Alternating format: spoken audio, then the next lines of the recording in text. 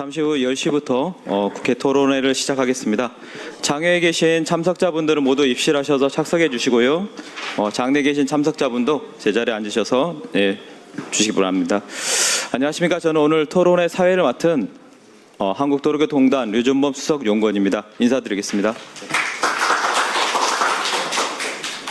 네, 지금부터 자율주행 상용화 시대 사고 책임과 국민안전 체계는 준비됐나 이렇게 오고요. 부제로 피해구제보험 112, 119 대응체계 정비를 중심으로 주제로 국회 토론회를 시작하겠습니다.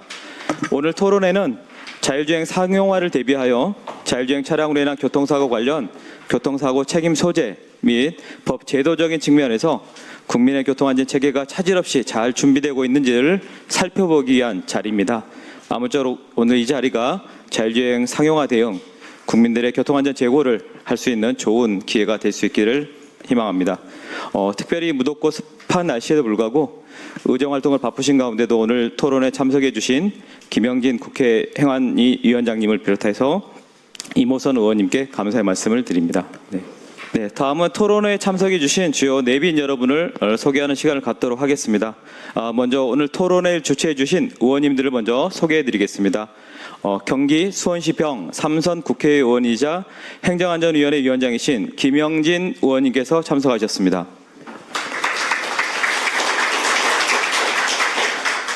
다음은 충북, 증평, 진천, 음성 재선 국회의원이자 오늘 토론회 준비에 실무를 맡아주신 이모선 의원님 참석하셨습니다. 이어서 오늘 토론회를 함께 준비해 주신 주관기관 참석자분들을 소개해 드리겠습니다. 한국도로교통공단 김은정 교통과학연구원장님 참석하셨습니다. 네. 다음은 손해보험협회 신종혁 자동차보험본부장님 참석하셨습니다. 네, 이외에도 오늘 토론회를 위해 애써주신 여러 관계자분들이 계신데요. 그분들께도 감사 인사드립니다. 다음은 자율주행 상용화 시대의 사고 책임과 국민안전 체계에 대해 심도 깊은 논의를 진행해 주실 좌정과 발제자, 토론자를 소개해 드리겠습니다. 시간 관계상 한 분씩 자세히 소개 못 드린 점 양해 부탁드립니다. 먼저 오늘 토론회 좌장으로 최응렬 동국대학교 경찰행정학부 명예교수님을 모셨습니다. 큰 박수 부탁드립니다. 다음으로는 발제자를 소개해 드리겠습니다. 첫 번째 발제는 김종갑 한국도로교통공단 비상임이사님께서 자율주행 시대 대비를 위한 운행 관리와 책임 정비를 주제로 발제를 맡아주셨습니다. 네, 두 번째 발제는 이재영 경찰대학 경찰학과 교수님께서 자율주행차 사고 현장 경찰 소방은 어떻게 대응할 것인가를 주제로 발제를 맡아주셨습니다.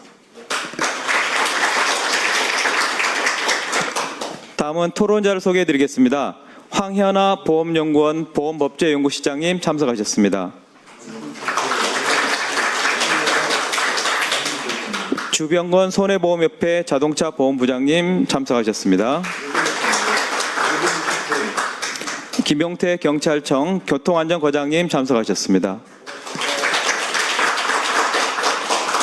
이태키 소방청 구조과장님 참석해 주셨습니다. 네, 오늘 귀한 논의를 맡아주실 자정과 함께 발제자 토론자 여러분께 다시 한번 큰 박수 부탁드립니다. 네. 김경선입니다. 국회 모빌리티 포럼 대표입니다. 인사드립니다. 네, 좀 잠시만. 네. 다음은 오늘 토론회를 공동 주최하신 김영진 국회 행정안전위원장님의 개회사가 있겠습니다. 따뜻한 박수로 맞아주시기 바랍니다.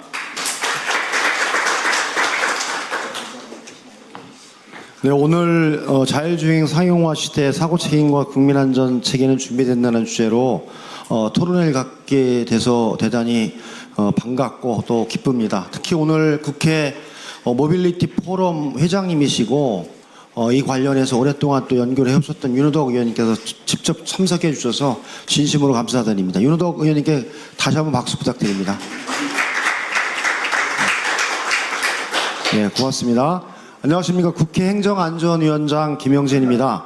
자율주행 상용화 시대 사고 책임과 국민안전 체계는 준비됐나?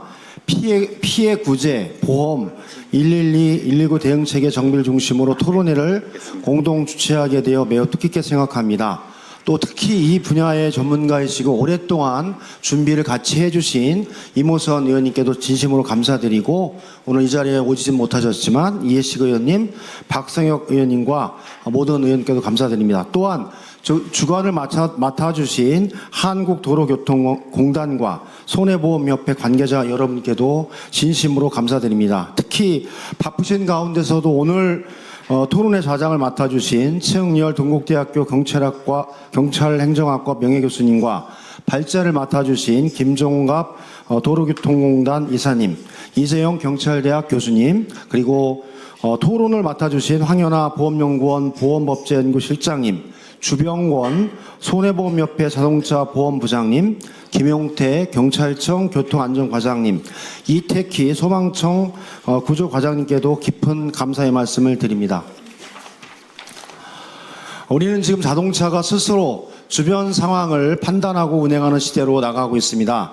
자율주행 기술은 빠르게 발전하고 있지만 국민의 생명과 안전을 지키기 위한 법과 제도, 현장 대응 체계는 이러한 변화에 충분히 대비하고 있는지 면밀한 점검이 필요한 시기입니다. 지금까지 교통법규와 사고 대응 체계는 운전자가 차량을 직접 통제한다는 전제 아래 사람의 과실을 중심으로 설계되었습니다. 하지만 자율주행이 본격적으로 상용화된다면 사고의 원인을 파악하는 일이 더욱더 복잡해질 것입니다. 따라서 자율주행 시대에는 기존의 운전자 책임만 따질 것이 아니라 운전자와 자동차 제조사 등 관련 주체들의 책임을 합리적으로 규명할 수 있는 새로운 기준이 요구되고 있습니다. 특히 사고 현장의 최선을 지키는 경찰과 소방의 대응 체계도 달라져야 합니다. 정확한 사고 원인 조사와 대응 매뉴얼 마련은 물론 통신장애나 시스템 오작동과 같은 새로운 위험에 대한 관리 방안까지 행정당국이 준비해야 될 과제가 매우 많습니다. 오늘 토론회가 자율주행 시대에 필요한 사고 책임과 피해 구제, 보험 제도와 경찰과 소방의 현장 대응 체계를 폭넓게 점검하고 국민의 안전을 빈틈없이 지킬 제도적 기반을 만들어가는 시작이 되기를 기대합니다. 국회 행정안전위원회도 언제나 국민의 생명과 안전을 최우선 가치로 두고 필요한 법과 제도가 차질 없이 마련될 수 있도록 여러분과 함께 준비해 나가도록 하겠습니다. 다시 한번 오늘 토론회 개최를 진심으로 축하드리며 함께해 주신 모든 분께 감사드리고 오늘 토론에서 논의되고 함께 준비된 내용들을 우리 위원회에서도 심도 있게 논의하여 준비해 나가는 시간으로 갖도록 하겠습니다. 진심으로 고맙습니다. 감사합니다. 네, 다음은 이모선 의원님의 개회세가 있겠습니다. 네. 축사로 네. 안녕하세요, 이모선입니다. 예, 고맙습니다. 존경하는 우리 김영진 우리 행안위 위원장님께서 앞서서 다 전체적인 거 잘 말씀 주셔가지고 좀 짧게 말씀드리겠습니다. 최응일 교수님 어렵고 힘들 때마다 이렇게 늘 이런 주제에 앞장서서 자장 맡아주시고 토론 또 직접 나서주시고 해서 너무 늘 평생을 두고 감사드립니다. 또 토론자분들 진심으로 감사드립니다. 또 윤우덕 의원님 의정활동 바쁘신데 참석해 주셔서 감사드립니다. 저는 경찰을 34년을 했습니다. 근데 그 중에서 교통은 일선 서해에서 지금 이제 경비 교통과장이죠. 1년에 89건의 교통 사망사고를 처리를 했습니다. 89건이면 3일에 한 명씩 교통사체를 마주하는 일이었죠. 그때 했던 게 전국에서 처음으로 음주운전 동승자를 처벌을 했습니다. 형사처벌을. 법제도 아직 제대로 만들어져 있지 않죠. 서울청 교통지도부장 했습니다. 경찰청 교통국장 했습니다. 5030도 기억이 나고 또 암행순찰차도 기억이 나고 나름대로는 한다고 했는데 대한민국 교통문화가 여전히 선진국 반열에 들지 못하는 까닭을 평생을 두고 고민했습니다. 나름대로는 이런 생각을 했습니다. 대한민국의 교통문화는 근본이 잘못됐다. 100년이 걸려서 해결이 될까 말까? 여전히 의문입니다. 왜냐하면 대한민국의 교통문화는 가마의 문화가 아니라 마차의 문화가 아니라 가마의 문화였기 때문이죠. 지금도 여전합니다. 외국은 아시다시피 마차가 말이 떨어져 나가면서 엔진이 개발되고 몇 마력의 힘으로 이 마차를 자동차를 끌고 나가냐 하는 기준으로 지금도 운전이 이루어지고 있죠. 얘야 차 조심해라. 외국은 차를 조심해야 될 대상으로 어린이 아이들이 여기지를 않습니다. 차가 사람을 조심하죠. 마차의 말은 사람을 밟고 넘지 않기 때문이죠. 사람이 지나가면 차는 서는 건지 당연히 압니다. 그런데 여전히 대한민국은 횡단보도 중간에서 사람이 달달 떨고 있죠. 서울의 교통 현실이기도 합니다. 이제 자율주행차가 도입이 됩니다. 교통 문화는 저는 여전히 100년 후진국인 수준이죠. 티코하고 그랜저하고 에쿠스, 뭐 더 좋은 차, 제네시스, 뭐 벤츠 골목길에서 만나면 누가 후진기어 넣습니까? 더 첨단의 내비게이션이 있는 차가 당연히 후진기어 넣어야 되는데 더 지체 높은 사람이 가마를 타고 오는 정서라서 그런 거죠. 오죽했으면 종로통이 만들어지고 나서 그 다니는 가마 꼴보기 싫어서 피카다리 극장 옆에 피막길이 만들어져 있겠습니까? 그런 교통문화죠. 이런 교통 현실에서 자율주행 상용화가 이루어집니다. 저는 현장에 있을 때 반대했습니다. 왜 반대했냐 하면 자율주행이 이루어진다면 버스 전용차로처럼 자율주행 전용 차로를 만들자. 그렇지 않고는 힘들 것이다. 라고 하는 게 저의 지론이었습니다. 그런데 저의 고집이었죠. 저는 지금도 비슷한 고민을 하고 있습니다. 자율주행차는 차량의 문제가 아니지 않습니까? 도로의 문제이기도 하고 설비의 문제이기도 하고. 그런데 이제 어쩔 수 없이 도입돼야 되는 현실인데 그러면 어떻게 할 거냐. 과연 이 문화가 바뀌고 자율주행이 국민안전을 위협하는 대상으로 여기지 않도록 하기 위해서 우리 존경하는 행안위원장님 모시고 우리 행안위에서 국회에서 이 문제를 주도적으로 차고 나갈 수 있겠느냐. 저는 그렇지 않다고 봅니다. 오늘 아마 그 단초가 여기서 많이 제시될 줄 믿습니다. 또 그래야 됩니다. 특히 119, 112 주관하시는 소방, 경찰, 이게 어떤 특정 주체의 문제 아닙니다.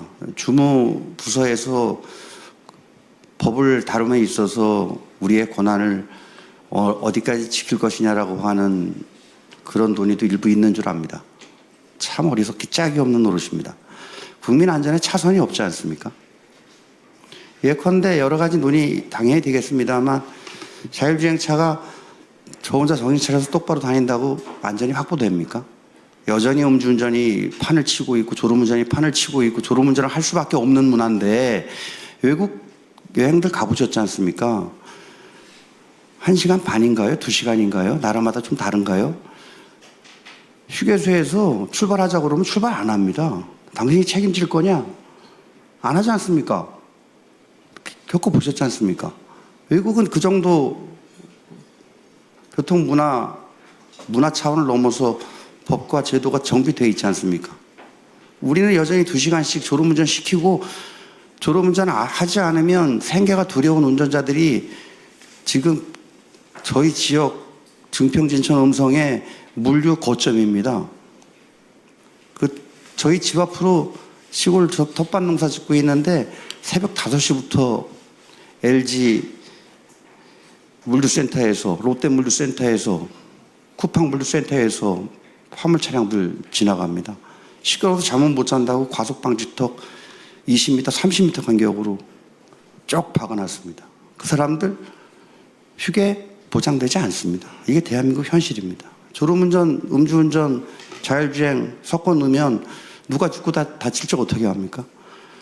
그런데 교통사고 났을 때 자율주행이라고 누가 내려서 구호조치 합니까? 어떻게 할 겁니까? 20분, 30분 3일 전에 경찰병원 가는데 여주휴게소에서 차 안에서 사람이 죽어 있더군요. 112 신고했더니 40분 만에 온다는 겁니다. 자율주행차하고 사람하고 교통사고 났을 때 어떻게 할 거예요? 소방 대책이 있습니까? 112 대책이 있습니까? 이게 도로교통부 소관입니까? 경찰청 소관입니까? 119 소관입니까? 소관 따지고 있어야 되겠습니까? 국민이 죽고 다치고 눈에 혼이 보이는데. 아마 이 자리에 뒤에 특별히 앉아 계신 분들 아마 관심이 많으실 겁니다. 이제 시작입니다. 그 시작이 반이라는 말이 있지만 저는 크게 믿지 않습니다. 이제 저희들이 해야 하기 때문에 할 수 있다는 마음으로 이런 토론을 통해서 국민 안전을 담보해야 된다고 저는 생각합니다. 말이 짧게 한다 그러면서 길어졌습니다. 예, 이해해 주십시오. 예, 좋은 논의 부탁드리겠습니다. 감사합니다. 네, 개사 감사합니다. 특별히 윤호덕 의원님 오셔가지고요. 현장에서 축사를 좀 부탁드리겠습니다. 네. 네.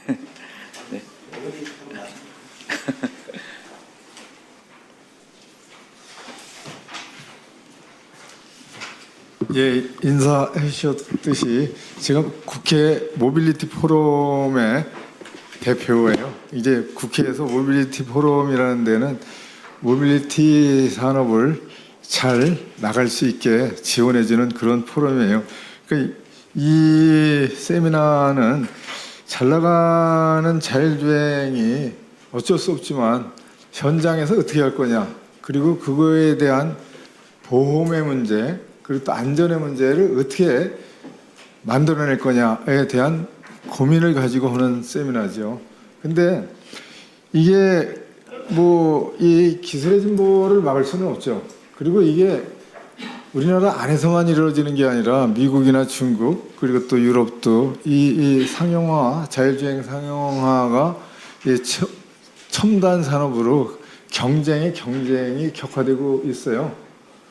그 와중에서 이제 광주 특별시를 자율주행 도시로 선정해서 이미 시작하고 있을 겁니다. 한 200대 정도가 돌아다닐 거예요. 그리고 또 서울에서 돌아다니는 차도 있고, 제가 연초에 라스베가스에 가서 거기서 현대의 차에서 만든 자율주행차를 이제 탑승을 해봤어요.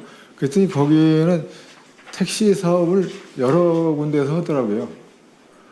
자율주행으로. 그리고 또 중국은 뭐 상용화 이미 그렇게 하고 있고, 그리고 우리나라도 빨리 하자고 하는 그런 상황인데 그 얘기를 많이 하더라고요. 그럼 보험의 문제가 제일 문제더라고요.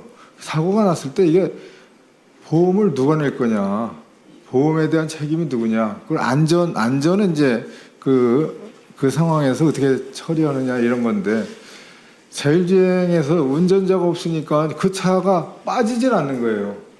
진입을 못하고 상황이 그런 게 일어났고, 이게 신호등이 정전이 일어나가지고 신호등이 움직이질 않으니까 자율주행 차는 신호등을 가지고 움직이잖아요. 움직이질 못해요.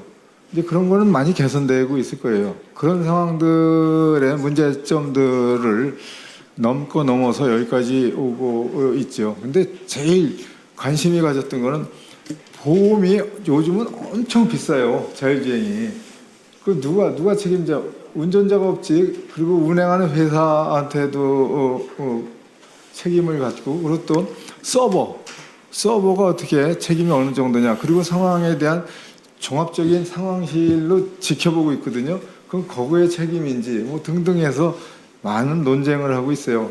그런데 이제 이게 상용화가 진짜 상용화 되려면은 보험 체제가 지금 보험하는 정도 수준으로 이게 뭐라 그래, 범용화 돼야지 이 사람들이 그 차를 이용하고 그러겠죠. 근데 하여튼 이게 기술의 진보는 뭐 막을 수는 없지만 이런 이제 안전의 문제, 그리고 보험의 문제가 빨리 뒤따라서 준비를 하고, 그리고 확률이 점점 높아지잖아요. 확률이라는 게 인간이 하는 주행보다 자율주행의 안전성이 더 높다라는 거예요. 근데 그걸 믿어야 되는데 아직은 안 믿잖아요. 근데 내가 운전을 하다가 잠깐 졸면은 아주 갈 수가 있어요, 실제. 근데 이 자율주행차는 조는 경우는 없어요.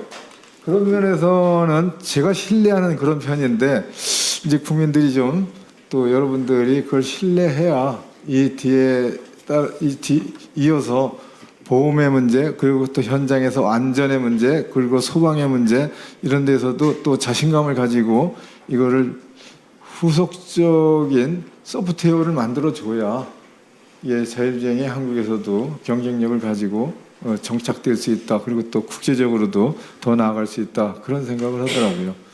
하여튼 두서없는 얘기를 했네요. 반갑습니다.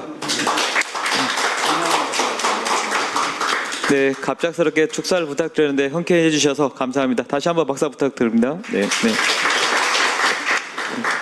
자, 그러면 본격적으로 토론의 시작에 앞서서 죄송하지만 단체 사진 좀 촬영이 있습니다. 그래서 주요 내빈들께서는 단상 앞으로 좀 나와주시면 감사하겠습니다.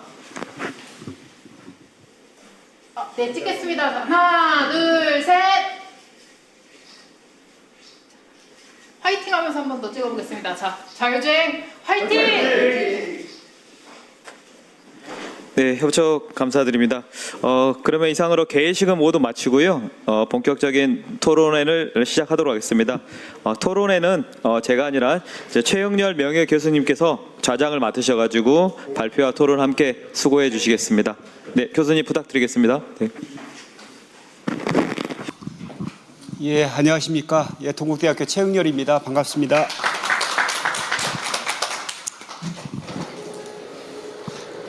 오늘 이제 발표를 두 분이 하시고요. 토론자가 네 분이십니다.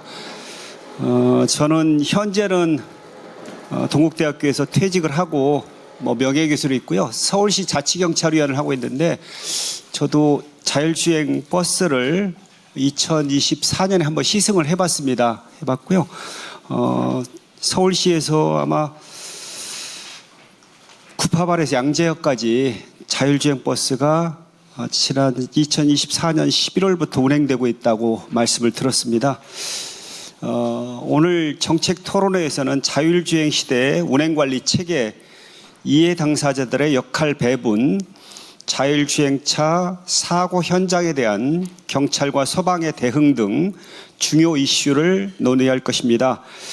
기술의 속도를 제도가 따라가지 못해 국민 안전에 빈틈이 생기지 않도록 필요한 입법과 정책 대안을 시급히 마련해야 할 때 정책 토론회가 개최되었다는 점에서 남다른 의미를 갖는다고 할 수 있습니다.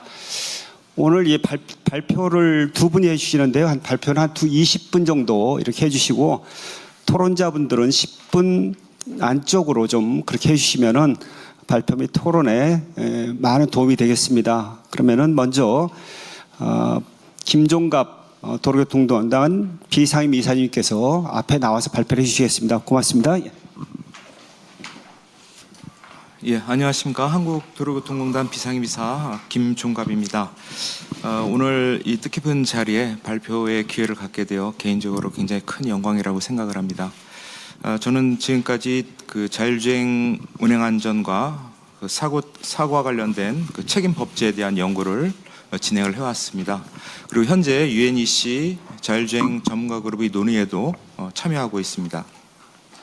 오늘 제가 말씀드릴 주제는 자율주행 시대의 대비를 위한 운행 관리와 책임 체계 정비가 되겠습니다. 특히 두 가지를 중심으로 말씀드리겠습니다. 하나는 상용화 단계의 무인 자율주행차를 공공도로에서 운행하기 위한 운행 허가입니다. 다른 하나는 사고가 발생했을 때 어떤 의무 위반을 기준으로 형사 책임을 판단할 것인가입니다.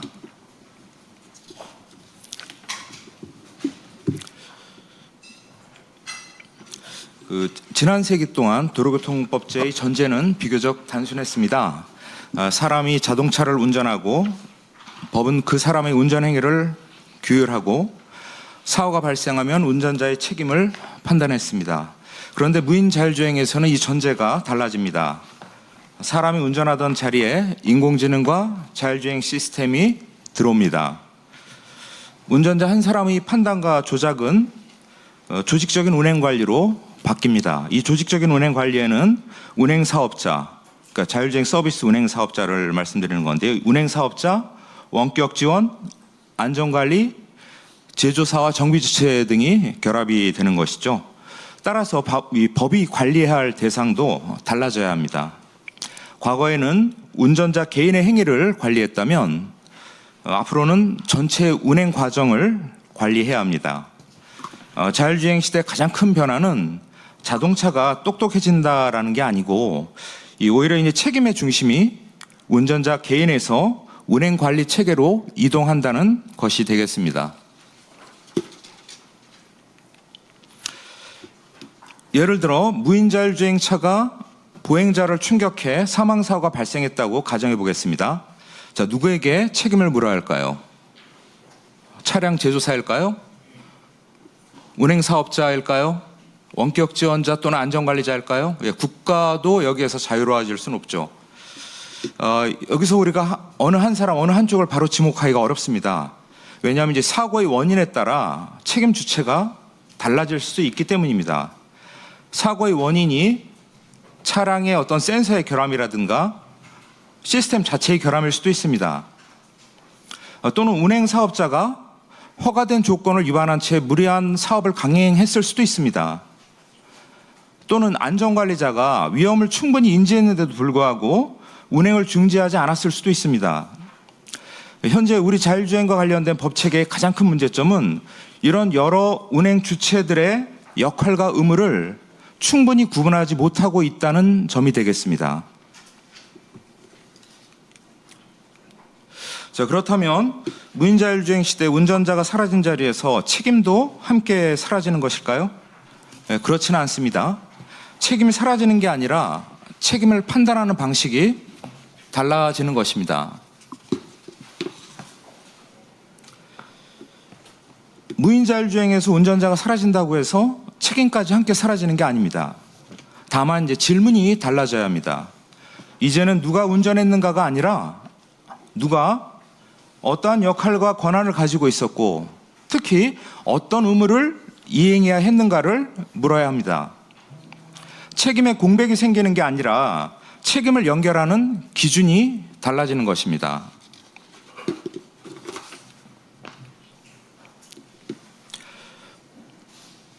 책임은 사고의 결과가 아니라 의무의 위반에서 출발해야 합니다. 무인 자율주행차 사고로 사망이나 상해가 발생했다고 해서 형사 책임이 자동으로 성립하는 것은 아닙니다. 먼저 해당 주체에게 구체적인 주의 의무가 있었는지를 확인해야 됩니다. 구체적인 주의 의무 위반이 있었는지, 그 사고 상황에 대한 예견이 가능했는지, 사고 결과를 회피할 수 있었는지, 또 그 해당 주체의 그 주의 의무 위반이 실질적인 사고 결과와 인과관계가 있었는지를 확인해야 합니다.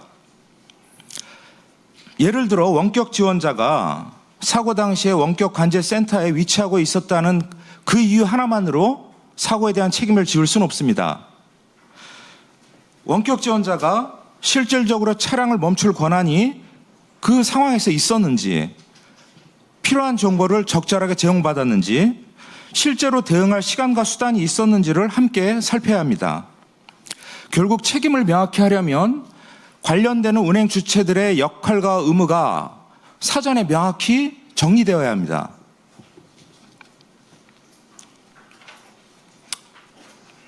자, 그렇다면 우리의 법은 무엇을 미리 정해 놓아야 할지 보겠습니다. 저는 최소한 다음이 5가지 질문에 우리가 답할 수 있어야 한다고 생각합니다.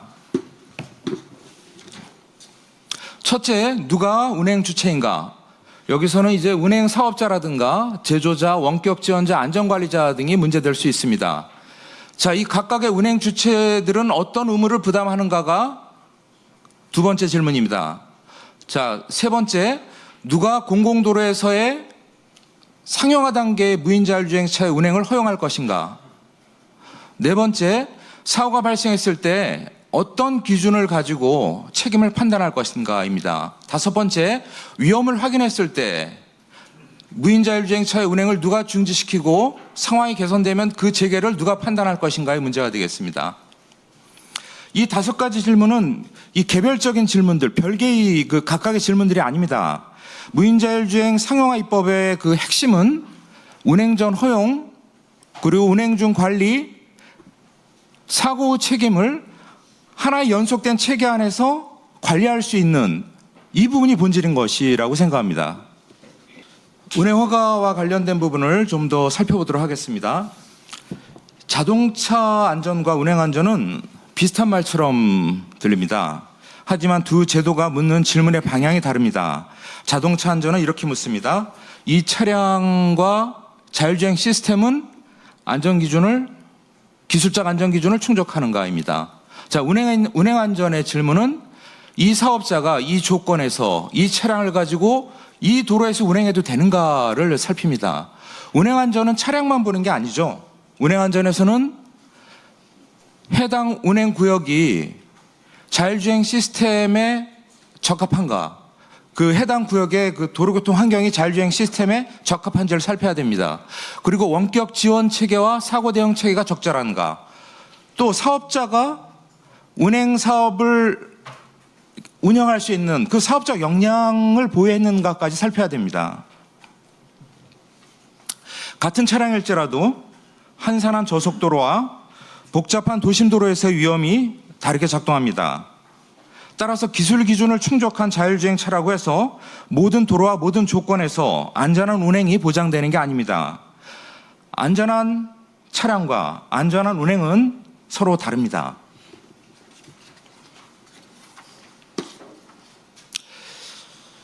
기술 승인과 운행허가는 연결되어 있습니다. 하지만 목적과 판단 대상이 다릅니다. 앞서 말씀드렸다시피 기술 승인은 차량이 안전한지를 봅니다. 운행허가는 이 사업자가 이 조건에서 달리게도 되는가를 봅니다. 기술 승인이 운행허가의 전제가 될 수는 있지만 운행허가 자체를 대체할 수는 없습니다. 자, 그렇다면 운행허가 과정에서는 무엇을 확인해야 할까요? 운행허가는 사업자의 신청을 단순히 승인하는 데 그치는 게 아닙니다. 운행허가 과정을 통해 누가 실제 운행 사업자인지, 누가 안전을 관리하고 운행을 중지할 수 있는지, 누가 사고를 보고하고 데이터를 보존하는지를 정부가 사전에 확인하는 과정입니다. 다만 운행허가를 받았다는 이유로, 허가 명의자라는 이유로 모든 사고의 형사 책임, 모든 사고의 책임을 지는 것은 아닙니다. 운행허가의 의미는 누가 어떤 권한과 의무를 가지고 있었는지를 미리 명확히 하여 사고 이후의 책임을 공정하게 판단할 수 있도록 하는 데 있습니다. 자, 그렇다면 이 운행허가의 기능은 국가의 어떤 기능과 연결되어야 하는지를 보겠습니다. 이 결론부터 말씀드리면 운행허가 기능은 국가의 공공도로 안전관리 기능과 긴밀하게 연결되어야 합니다.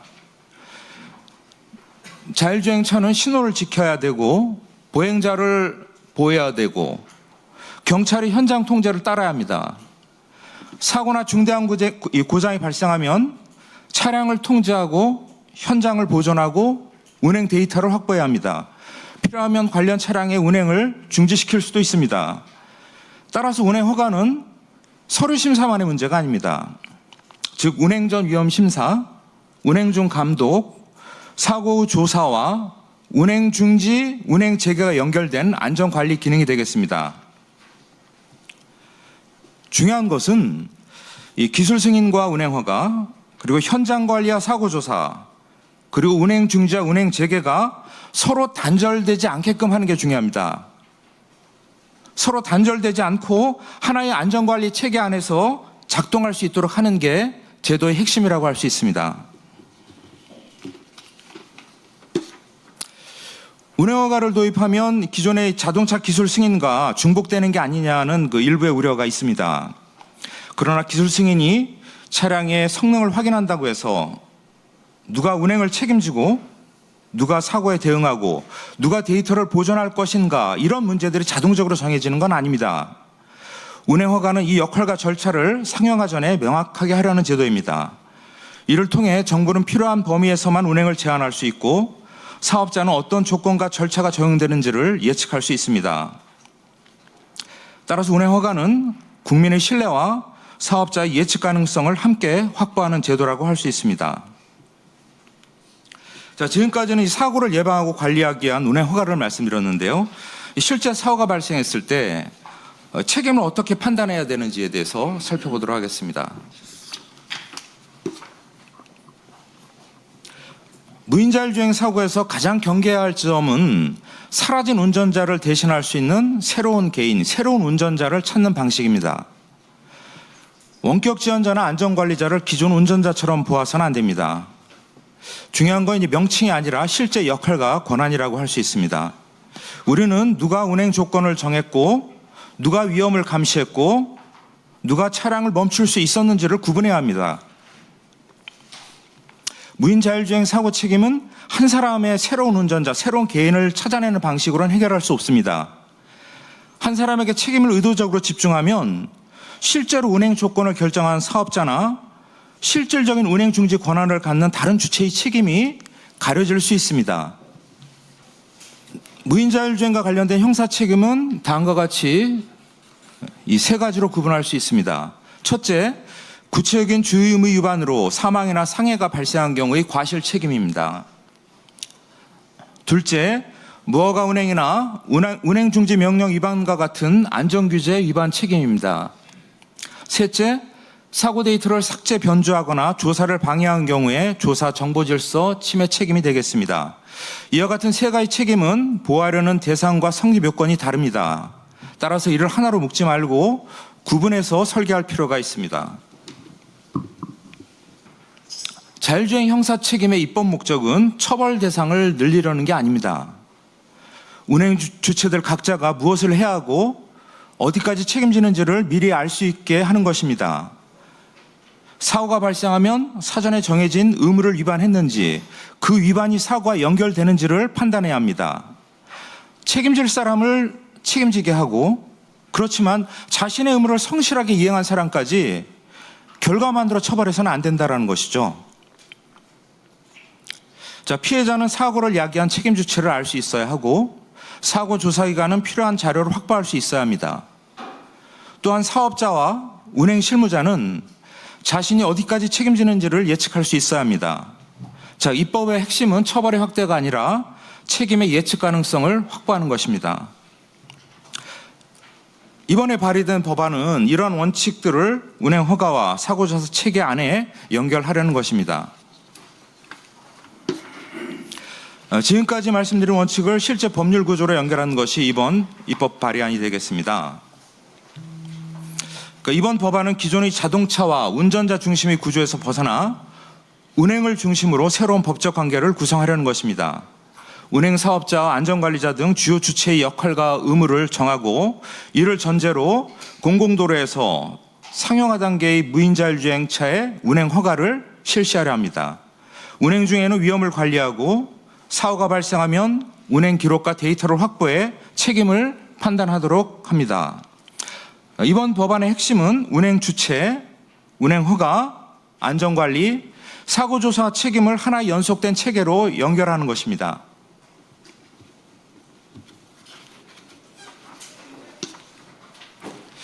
법안에서 다루고 있는 운행 허가는 허가증을 발급하고 끝내는 일회성 행사가 아닙니다. 일회성 절차가 아니라는 말씀인데요.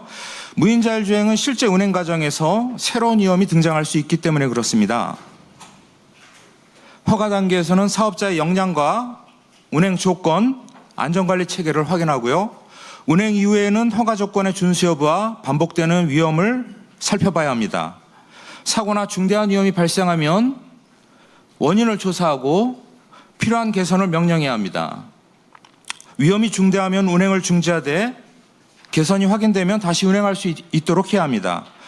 운행 허가는 이와 같이 허가, 감독, 개선, 운행 중지 및 운행 재개가 이어지는 지속적인 안전관리 제도를 할 수 있습니다.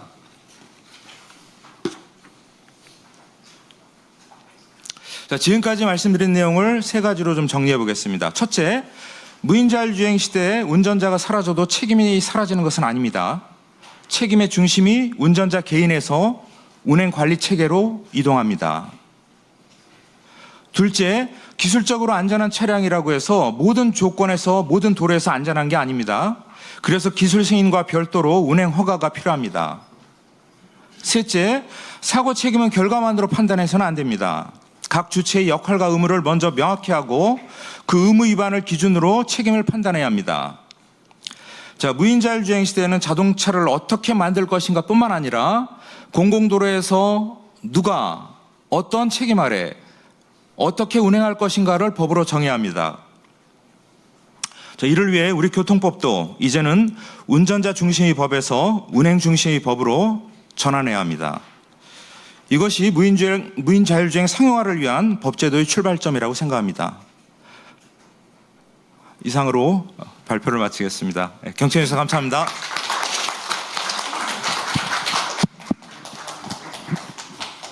예, 우리 김종갑 의사님 발표 감사합니다. 다시 한번 큰 격려 박수 부탁드립니다. 네. 우리 김종갑 이사님은 주로 이제 자율주행 시대에 사고를 예방하고 관리하기 위한 운행 허가 그리고 사고 발생 시의 책임 체계를 중심으로 발표해 주셨습니다. 이어서 우리 경찰대학의 경찰학과 이재영 교수님께서 발표해 주시겠습니다.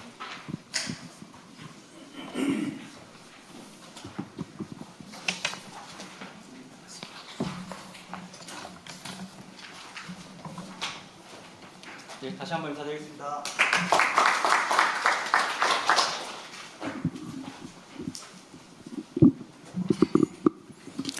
네, 안녕하십니까. 경찰대학 경찰학과에서 교수로 재직하고 있는 이재영이라고 합니다.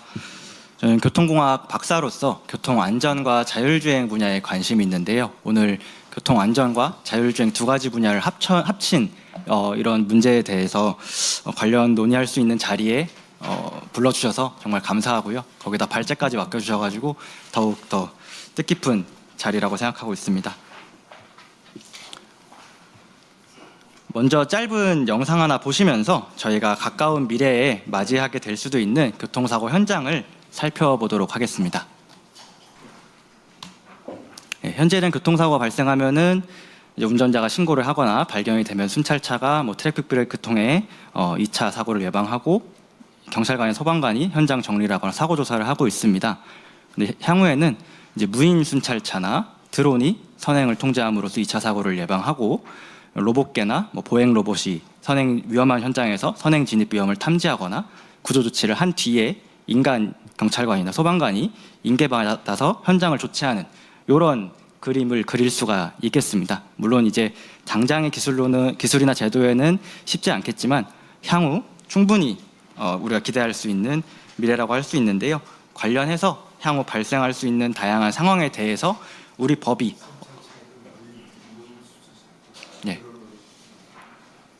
맞습니다. 네, 어떻게 우리 법이 준비되어 있는지 다뤄볼 건데요. 앞서 이제 발제에서는 책임과 배상, 이제 운행 허가에 대한 부분을 다뤘다면 이번 발제에서는 당장 이제 사고 현장에서 사고 현장을 통제하고 필요한 분들을 구조하고 조사를 위한 증거를 수집하는 그 부분에 대한 구조를 살펴보고자 합니다. 크게 4가지 단계로 구성을 했는데요. 먼저 자율주행 시대에 발생할 수 있는 법적 공백에 대해서 먼저 살펴보고 현행 법제와 그리고 이번에 발의해 주신 법률안까지 검토를 한 뒤에 과연 해외 주요 국가들은 어떻게 하고 있는지 비교법적으로 검토를 하고 정책 제언을 통해 마무리하는 절차로 진행을 하겠습니다. 관련해서 자주 등장할 용어가 크게 2가지인데요. 대차량 통제, 대시민 통제 2가지라고 할 수 있습니다. 제가 임의로 좀 붙인 용어인데 대차량 통제는 향후에 경찰이나 소방이 완전 자율주행 차량에 대한 통제를 하는 부분을 얘기를 하고요. 대시민 통제는 향후에 이제 무인 순찰차나 무인 드론 이런 것들이 무인 집행 수단이 시민을 상대로 통제하는 것을 대시민 통제라고 이름을 붙였습니다. 자세한 내용은 제 발제 자료 뒤에 논문 형태로 발제문으로 붙여놨으니까요. 내용 참고해 주시면 감사하겠습니다.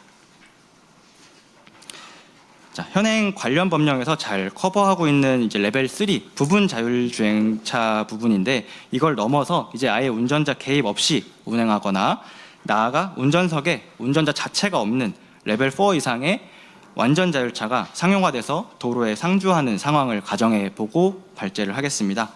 이때 여기 아래 0단계부터 4단계까지 여러 단계로 경우의 수를 나눌 수가 있습니다. 지금 현재처럼 운전자가 있고 유인 경찰관이 현행법 그대로 이제 적용을 하는 부분이 있겠고 향후에는 이제 무인 자동차에 대해서 유인 경찰관이 이렇게 통제하는 게 있겠고 이제 요 2단계부터가 문제인데 원격으로 우리가 지시를 하는 경우에 어디서 이 준수 의무가 발생하는지, 그리고 더 나아가서 아예 이제 AI가 무인 장비에 탑재돼서 자율적으로 판단해서 시민을 통제하거나 차량을 통제하는 경우에 준수할 의무가 있는지, 이제 나중에는 더 나아가면 아예 이제 기계 대 기계로서 소통을 하게 돼서 아예 자연인이 그 법률 안에 들어가지 않은 상황에서는 어떻게 우리가 현장을 통제할 것인지 순차적으로 살펴보고자 합니다.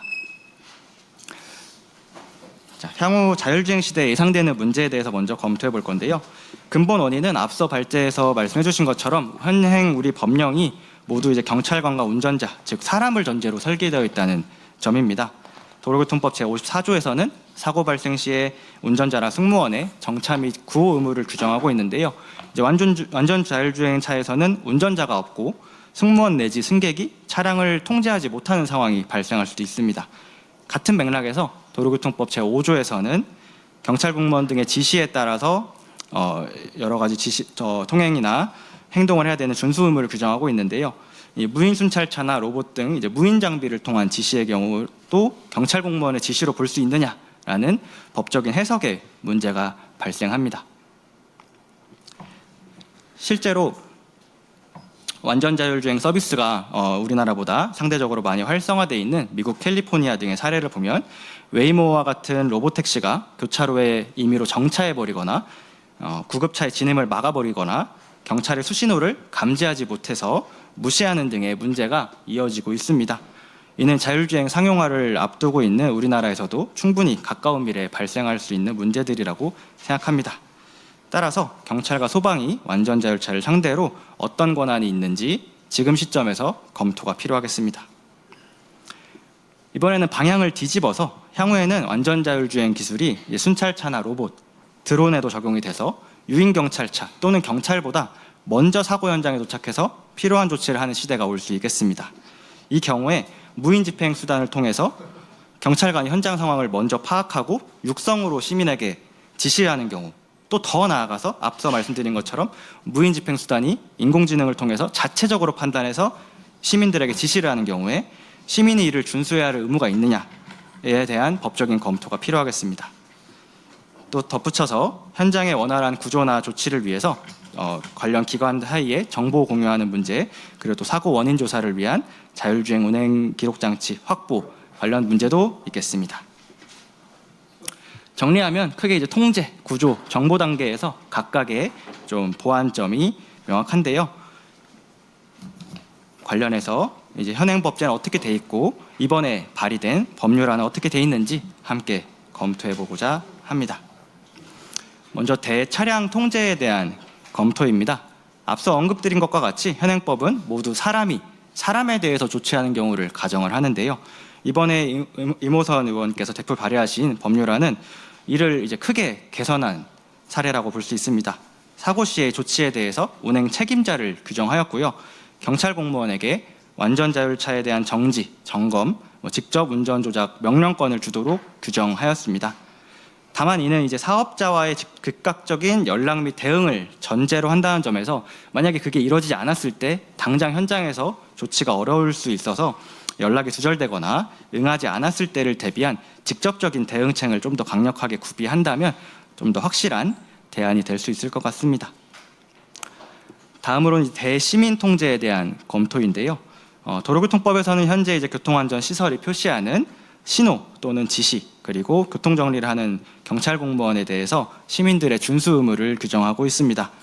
일부 보조적인 이제 지시 주체 모범 공무원 등이나 이런 분들도 지시할 수 있는 주체로서 정비하고 있는데 여기에 이제 무인 순찰차라든지 경찰 장비는 포함되어 있지 않아서 이에 대한 검토가 필요하겠습니다. 조금 더 자세히 살펴보면 도로교통법 제29조에서는 긴급자동차 통행 시 일방 차량의 양보 의무를 규정하고 있고 미준수 시에 처벌할 수 있는 조항도 마련하고 있는데 이런 대상의 이제 무인 순찰차라든지 경찰 로봇, 드론과 같은 대상에 대해서도 향후에 이제 법적으로 포섭할 수 있는 요소가 있겠으나 이 주체들을 통한 지시의 경우에는 조금 더 명문화해서 우리가 권한을 명시할 필요가 있겠다고 생각합니다. 다음은 구조 관련된 내용인데요. 물론 이 부분에 대해서는 경찰인 저보다 이 소방청 측에서 좀 더 이따 토론 시간을 통해서 보완해 줄 여지가 많다고 생각을 합니다. 소방기본법에서는 제25조에서 이제 차량의 제거 및 이동 권한을 규정하고 있고요. 또 119 구조 구급법에서는 구조 구급 활동에 대한 방해 금지 규정을 명시하고 있습니다. 다만 여기도 마찬가지로 인간에 대한 부분을 규정하고 있는 거라서 우리 경찰을 포함해서 현장 조치를 하는 경찰관, 소방공무원들의 안전 확보를 위해서 이제 이런 자율주행차는 대부분 전기차로 되어 있을 거기 때문에 이 전기 차량에 대한 충분히 안전한 대응을 할 수 있도록 표준화한 구조 시트에 대한 정보가 필요하다고 생각합니다. 물론 이제 관련해가지고 국제 표준이 마련되어 있는 건 맞는데 그 경찰이나 소방에 대한 제작사의 제공 의무가 없어서 현장 적용이 어려운 것으로 알고 있습니다. 따라서 관련해서도 좀 제도적인 정비가 필요하겠습니다. 다음은 정보 관련된 개선점인데요. 이제 충분히 충실한 사고 조사를 위해서 몇 가지 개선점이 필요하겠습니다. 기존에 이제 경찰 및 수사기관의 자율주행 운행 정보에 대한 확보 권한 근거가 부족했는데요. 이번 법률안을 통해서 그 점이 크게 해결될 것으로 기대됩니다. 이제 남은 거는 경찰 및 수사가 기관이 확보한 데이터를 어느 범위까지, 언제까지 또 관련 대응 기관과 공유할 것인지에 대한 검토가 좀 필요하다고 생각합니다. 그 부분이 조금 민감할 수도 있겠는데요. 이따가 토론을 통해서 같이 좀 생산적인 얘기를 나눠보면 좋을 것 같습니다. 진단을 종합하면 이제 현행법은 완전 자율주행차 사고 발생 시에 법적인 공백이 분명하며 통제 단계부터 조사를 위한 정보 수집 단계까지 제도적인 보완이 필요함을 시사합니다. 이런 보완을 위해서 앞서 간략하게 소개해드린 바와 같이 이제 지난 7월 21일이죠. 이모선 의원님을 비롯한 이제 10분의 의원님께서 법률안을 발의해 주셨습니다. 경찰청에 관련 관할을 둔 것을 시작으로 이제 사라진 운전자를 앞서 발제에서 설명해 주신 운행 책임자, 안전관리자, 자율주행 사업자의 권한을 분할했고요. 또 관련 의무도 분산한 것이 골자라고 할 수 있겠습니다. 물론 이제 많은 점이 개선됐지만 앞서 말씀드린 것과 같이 아직 좀 더 보완해야 될 점들이 있기 때문에 이어서 주요 국가들을 통해서 비교법적인 검토를 하고자 합니다. 4가지 나라의 사례를 준비했습니다. 첫 번째는 미국의 캘리포니아주고요. 두 번째는 독일, 일본, 영국 순이 되겠습니다. 미국 캘리포니아주 같은 경우에는 이 자율주행 서비스가 세계에서 가장 많이 상용화되어 있는 주로서 주로 이제 업체에 대한 사업자에 대한 허가 단계에 많이 개입하는 설계형으로 분류할 수가 있겠고요. 독일은 이제 외부에서 자율주행차에게 개입해서 정지를 할 수 있는 주체를 창설함으로써 대응을 하고 있고, 일본은 현장에 빠르게 대응할 수 있는 현장 조치 업무 실시자를 규정하고 있고요. 영국은 제가 앞서 말씀드린 것처럼 무인 장비라든지 이런 장비 통신을 통한 지시에 시민들이 준수할 의무를 부과하는 부분에 대해서 좀 더 강조하는 규정을 두고 있습니다. 나라별로 조금 더 상세히 살펴보겠습니다. 먼저 미국인데요. 이제 미국 캘리포니아의 특징은 사고 이유가 아니라 운행 허가 단계부터 세밀한 기준을 마련하고 적용하고 있다는 점입니다. 긴급 자동차가 이제 자율주행을 무력화하고 차를 직접 조정하는 것을 오버라이드라고 하는데요. 그 오버라이드에 대한 접근이 가능하도록 허가 단계부터 테스트할 수 있도록 하고요. 또 30초 내에 양방향 통신이 가능하도록 구체적인 이제 시간까지 규정을 하고 있고요. 또 이제 일정 구역을 비워놓는 지오 펜싱을 위해서 수신 후에 2분 이내에 자율주행차가 현장 해당 구역을 이탈할 수 있는 그런 성능까지 테스트하는 이런 30초, 2분 이런 구체적인 성능 기준을 마련하고 그를 통해서 허가를 해주고 있다는 것이 특징입니다. 이런 걸 위반하면은 이제 자율주행차 위반 통지 경고를 하고 2회 3회로 되면은 아예 이제 영업을 정지시키는 그런 행정적인 처벌 규정까지 만들어 놓았습니다. 따라서 우리나라에서도 이런 부분을 참고해서 운행 허가 단계에서 조금 더 이제 세밀한 KPI를 적용하는 것이 필요하겠습니다. 독일의 경우에는 이제 기술 감독관을 정의를 해서 자율주행차 비활성화와 주행 조작을 승인할 수 있는 자연인을 둠으로써 일종의 이제 책임 소재를 명확히 하는 식으로 해결을 했는데요. 우리나라에서도 앞서 이제 여러 가지 세 가지 그 주체를 설정함으로써 이런 부분을 같이 해소하고 있다고 볼 수 있겠습니다. 우리나라 도로교통법과 가장 이제 비슷한 유형을 가지고 있는 일본의 사례인데요. 일본은 현장 조치에 주안점을 뒀습니다. 즉 원격으로 그 관제실에서 대응하는 것도 좋겠지만 어쨌거나 사고 현장에 그 사업 주체에서 지정한 현장 조치 업무 실시자가 신속하게 현장에 도착해서 조치를 할 수 있도록 이런 것들을 규정을 해서 그런 관련 의무를 부과함으로써 여러 가지 문제를 해결하고자 하고 있습니다. 마지막으로 영국인데요. 영국은 제가 앞서 말씀드린 이제 무인 경찰 장비나 이런 장비 통신을 통한 대시민 통제에 대해서 가장 직접적인 조문을 마련하고 있습니다. 보시면 이제 차량 운전자에게 정차 등을 지시할 권한을 가진 사람, 뭐 경찰 공무원이라든지 여러 가지가 되겠죠.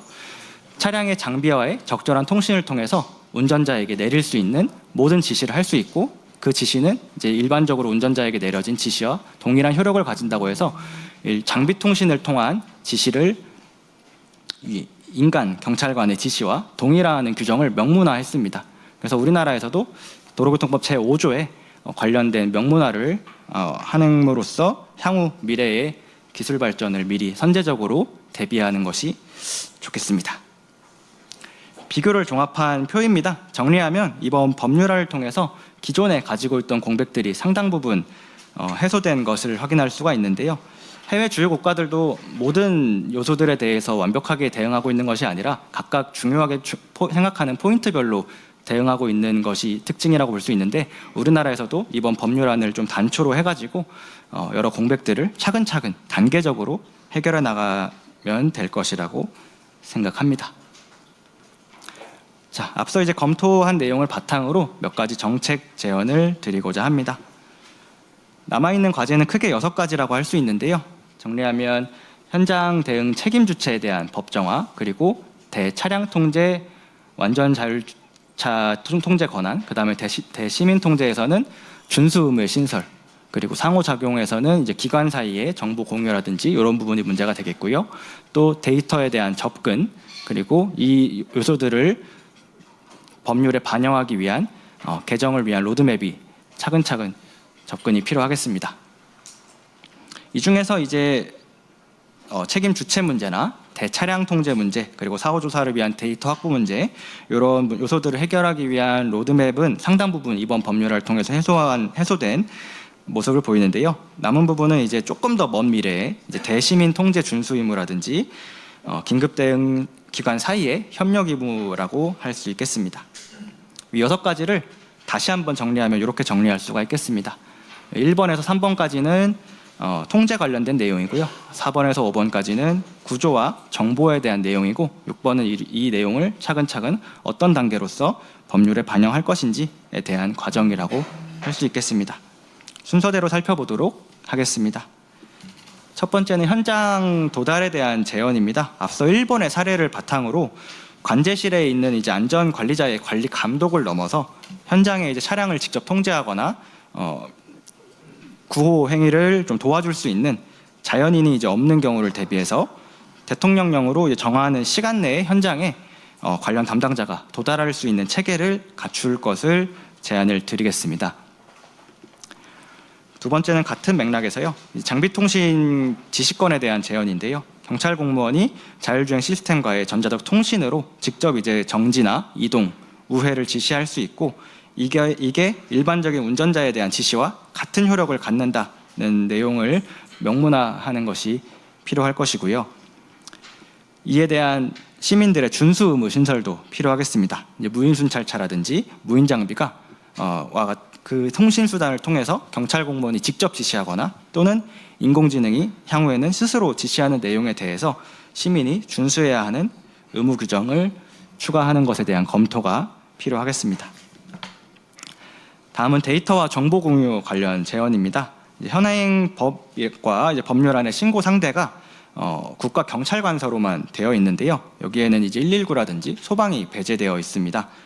실무에서는 물론 이제 관련 이제 교통사고가 크게 나거나 사람이 다쳤거나 하게 되면은 112와 119가 동시 신고되거나 공조가 잘 되고 있긴 한데요. 관련 규정을 이번 기회에 명시함으로써 법문에서 이런 공조에 대한 부분을 다시 한번 확인할 필요가 있겠습니다. 이런 보완은 한 번에 다 하기는 어려울 것이고요. 크게 세 가지 단계로 나눌 수 있겠습니다. 이번 법률안 내에서 향후 이제 보완 단계를 통해서 몇 가지 적용을 할 수 있겠고, 관련 부칙을 통해서 이제 그 시민의 대시민 통제에 대한 준수 의무 등을 포섭을 하고, 이제 중장기적으로는 소방과 같이 관련 기관까지 포섭하는 좀 통일된 대응 법령을 논의하는 절차가 되겠습니다. 이제 정리하도록 하겠습니다.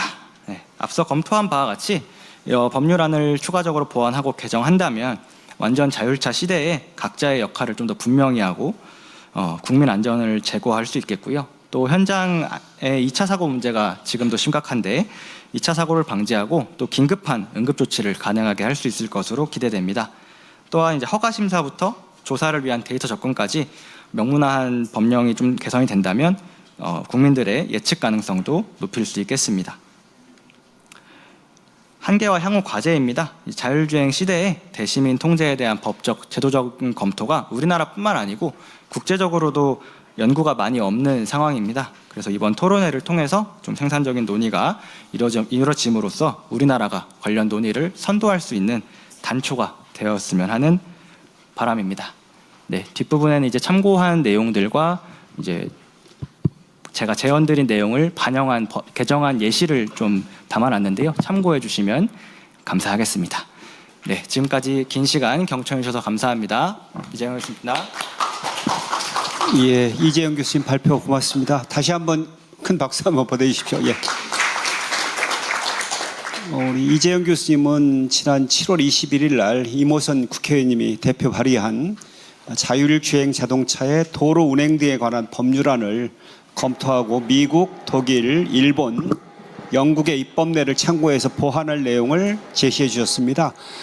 발표자하고 토론자들 앞으로 나오셔서 발표 토론을 진행할 텐데 이거 세팅하는 동안 한 5분 정도 쉬었다 하겠습니다. 예, 현재 시간이 11시 10분입니다. 저희가 12시까지 마쳐야 되는데요. 우리 참석해 주신 분을 보고 이렇게 말씀을 드려야 되는데 등을 대고 말씀드려서 오늘 발표자, 토론자분도 제대로 소개를 못 해드렸습니다. 다시 한번 발표자, 토론자분 소개를 해드리겠습니다. 1주제 발표해 주셨던 한국도로교통공단의 김종갑 이사님이십니다. 두 번째 발표해 주신 분은 경찰대학 경찰학과의 이재영 교수님이십니다. 토론은 네 분야에서 해주시기로 했습니다. 민간 보안 분야는 보험연구원의 황현아 보험법제연구실장님이십니다. 산업기술 분야는 손해보험협회의 주병권 자동차 보험부장님 해주시겠습니다. 법제 치안 분야는 경찰청의 교통안전과 김용태 과장님 오셨습니다. 구조 재난 분야는 소방청 구조과의 이택희 과장님 참석해 주셨습니다. 아까 모두에서도 말씀드렸습니다만 토론은 한 7분에서 10분 사이로 해주시고요. 오늘 참석해 주신 분 중에 혹시 플로어에서 말씀해 주실 분 계시면은 한두 분 정도 시간을 드리도록 하겠습니다. 우선 우리 황현아 보험법제연구실장님 토론 듣도록 하겠습니다. 네, 안녕하세요. 보험연구원의 황현아 변호사입니다. 먼저 자율주행 시대 국민의 안전확보 방안을 모색하는 이런 뜻깊은 자리에 토론자로 참여할 수 있게 되어서 영광스럽게 생각합니다. 김종갑 이사님과 이재영 교수님의 발제를 통해서 자율주행 시대 운행관리 체계, 이해 당사자들의 역할 배분, 자율주행차 사고 현장에 대한 경찰과 소방의 대응 등 중요 이슈에 대한 인사이트를 얻을 수 있었고, 저 또한 자율주행차 관련 제도를 연구하는 한 명의 연구자로서 매우 소중한 배움의 기회가 되었습니다. 저는 먼저 두 분의 발제 내용에 관한 저의 의견을 간략히 말씀드리고 자율주행 시대 자동차 보험 체계가 어떻게 준비하고 있는가에 대해서 간략히 소개해드리고요. 그리고 자율주행차의 도로 운행 등에 관한 법률안, 이번에 이제 발의된 법률안에 대한 내용 중에서 저의 의견을 좀 간단히 말씀드리는 순서로 토론을 진행하고자 합니다. 먼저 첫 번째 발제에서 김종갑 이사님께서 지적하신 운전자 중심에서 운행 체계 중심으로의 변화에 조응할 수 있는 운행 관리 체계 마련이 필요하다는 점, 그리고 이를 위해서 관련 주체들의 역할을 명확히 하고 이에 기반해서 책임을 공정하게 배분해야 한다는 점에 적극 동의합니다. 현행 도로교통법은 동적 운전 업무, 그러니까 기본적인 운전과 관련된 업무와 그 밖에 일체의 업무를 모두 운전자가 담당하는 것을 전제로 마련되어 있습니다. 그런데 자율주행의 경우에는 동적 운전 업무인 전방 주시, 차량 제어, 안전운전의 주체가 자연인인 운전자에서 자율주행 시스템으로 이전되기 때문에 기존의 도로교통법으로는 자율주행 시스템에 의한 운전을 규율하기가 어렵습니다. 따라서 자율주행차의 특성을 반영한 운행체계를 도로교통법의 특별법을 통해서 마련하는 것이 반드시 필요하고 이번 법안이 바로 그런 의의를 갖는다고 생각합니다. 두 번째로 이재영 교수님의 발제 내용과 관련해서 자율주행 시대의 경찰과 소방의 대응의 중요성에 깊이 공감합니다. 특히 책임을 정하기 전에 먼저 현장을 지킬 수 있어야 한다는 점은 자율주행 시대를 대비하는 데 있어서 가장 우선적으로 고민해야 할 부분이라고 생각합니다.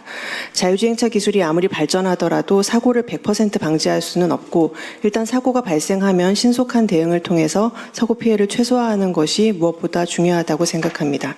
따라서 운전자가 없는 무인 자율주행차 사고의 경우 제도의 공백으로 인한 현장 대응에 어려움이 발생하지 않도록 미리 준비하는 것은 매우 중요한 일이라고 생각합니다. 다음으로 자율주행 시대 자동차 보험 체계에 대해서 말씀드리겠습니다. 먼저 앞서 발제자께서도 말씀하신 것처럼 자율주행 시대에는 운전보다는 운행 체계가 더욱 중요합니다. 따라서 자동차 사고 피해자에 대한 구제 체계도 운행 체계를 중심으로 마련되어야 하는데 이를 위해서 법률의 개정이나 자동차 보험 제도의 변화가 필요하지 않은지 궁금증이 있으실 것으로 생각됩니다. 그런데 현재 우리나라를 비롯한 독일, 프랑스, 일본 등 주요국 자동차 사고 피해 구제 체계는 이미 운전이 아니라 운행을 중심으로 마련되어서 운영되고 있습니다. 운전자의 운전 행위에 기초해서 책임이나 보상이 이루어지는 것이 아니라 자동차의 운행이라는 일종의 권한에 기초해서 책임과 보상이 이루어지고 있는 것입니다. 좀 구체적으로 우리나라 자동차 손해배상보장법을 기준으로 말씀드려 보겠습니다. 우리나라 자배법은 자동차 사고 피해자를 보호하기 위해서 마련된 민법의 특별법입니다. 이 법에서는 자동차 사고에 대해서 운행자 책임이라는 특별 책임을 인정하고 있습니다. 운행자 책임은 자동차 사고에 대해 자동차의 운행자가 부담하는 책임으로 일반적인 과실책임 원칙이 적용되는 민법상 불법행위 책임보다 더욱 엄격한 책임입니다. 즉 자동차 사고가 발생하면 자동차의 운행자에게 자신의 과실 여부가 입증되지 않았다 하더라도 사고 피해자에 대한 손해배상 책임을 귀속시키는 것입니다. 이렇게 특별법을 통해서 자동차 운행자에게 엄격한 책임을 부과하는 것은 자동차 사고가 발생했을 때 누구의 잘못인지 과실 여부를 밝히는 것보다 일단은 신속하게 피해자를 구제하는 것이 더 중요하다고 보았기 때문입니다. 이런 엄격한 책임인 운행자 책임을 부담하는 자, 즉 운행자는 자동차에 대해서 운행 지배와 운행 이익을 가지는 자를 의미합니다. 이때 직접 운전을 하였는지 여부는 관계가 없습니다. 통상적인 경우에는 자동차의 소유자가 자동차 운행에 대해서 운행 지배와 운행 이익을 가지기 때문에 자동차의 소유자는 자신이 직접 운전을 하였는지 여부와 관계없이 운행자가 됩니다. 아주 예외적으로 차량을 도난당한 경우와 같은 그런 상황에서는 자동차 소유자가 더 이상 운행에 대해서 지배와 이익을 가진다고 보기 어렵기 때문에 이런 경우에는 소유자를 운행자로 보지 않고 실제 자동차를 지배하고 있는 자, 즉 절도범을 운행자로 보게 됩니다. 이렇게 특수한 예외적인 경우가 아닌 한 일반적인 경우는 자배법상 운행자는 자동차의 소유자를 의미한다고 보아도 무방하고 결국 우리가 운행자 책임이라는 용어를 쓰지만 대부분의 경우 소유자 책임을 의미한다고 볼 수 있습니다. 다만 소유자가 직접 스스로 이런 책임을 이행해야 되는 것은 아니고 실질적인 책임의 이행은 소유자가 가입한 자동차 보험이 담당하게 됩니다. 자동차 보험에서 책임을 이행할 것이 예정되어 있기 때문에 우리가 실제 운전을 하지 않은 소유자에게 책임을 부과하는 것이 가능하다고 볼 수 있습니다. 요약하자면 현재의 자동차 사고 피해 구제 체계는 운행자 책임, 즉 소유자 책임과 그 소유자가 가입한 자동차 보험에 의해서 이루어지고 있습니다. 즉 자동차 소유자는 자신이 직접 운전을 했든 운전기사를 고용해서 운전하게 했든 또는 자율주행 시스템을 이용해서 운전하게 했든 상관없이 모든 경우에 자배법상 운행자로서 책임을 부담합니다. 결국 운전이라는 행위가 책임 귀속 여부를 결정하는 핵심적인 요건이 아니기 때문에 자율주행 시스템이 운전을 담당하는 자율주행차의 경우에도 현행 자배법상 운행자 책임과 자동차 보험 제도의 기본 틀이 그대로 적용될 수 있습니다. 그럼 다른 나라의 경우들을 좀 말씀드려 보겠습니다. 사실 이렇게 운행자 책임 체계를 택하고 있는 것이 우리나라뿐만은 아닙니다. 우리나라의 자배법은 독일, 프랑스, 일본 등 대륙법계 국가들의 법제의 내용과 거의 동일합니다. 그런데 이들 국가들도 우리나라와 마찬가지로 자동차 사고에 대해서는 자동차 소유자 내지 보유자가 엄격한 책임을 부담하도록 하고 그 실질적인 책임의 이행은 자동차 보험이 담당하도록 하고 있습니다. 그리고 이런 체계가 있기 때문에 자율주행차 사고에 대해서도 별도의 법령 개정이나 근본적인 변화는 필요하지 않다고 보고 있습니다. 기존의 자동차 사고에 대한 피해 구제 체계나 보험이 자율주행차에도 동일하게 적용될 수 있다는 데에 대해서 처음 들으신 분들은 아마 다소 의아하실 수도 있을 것 같습니다.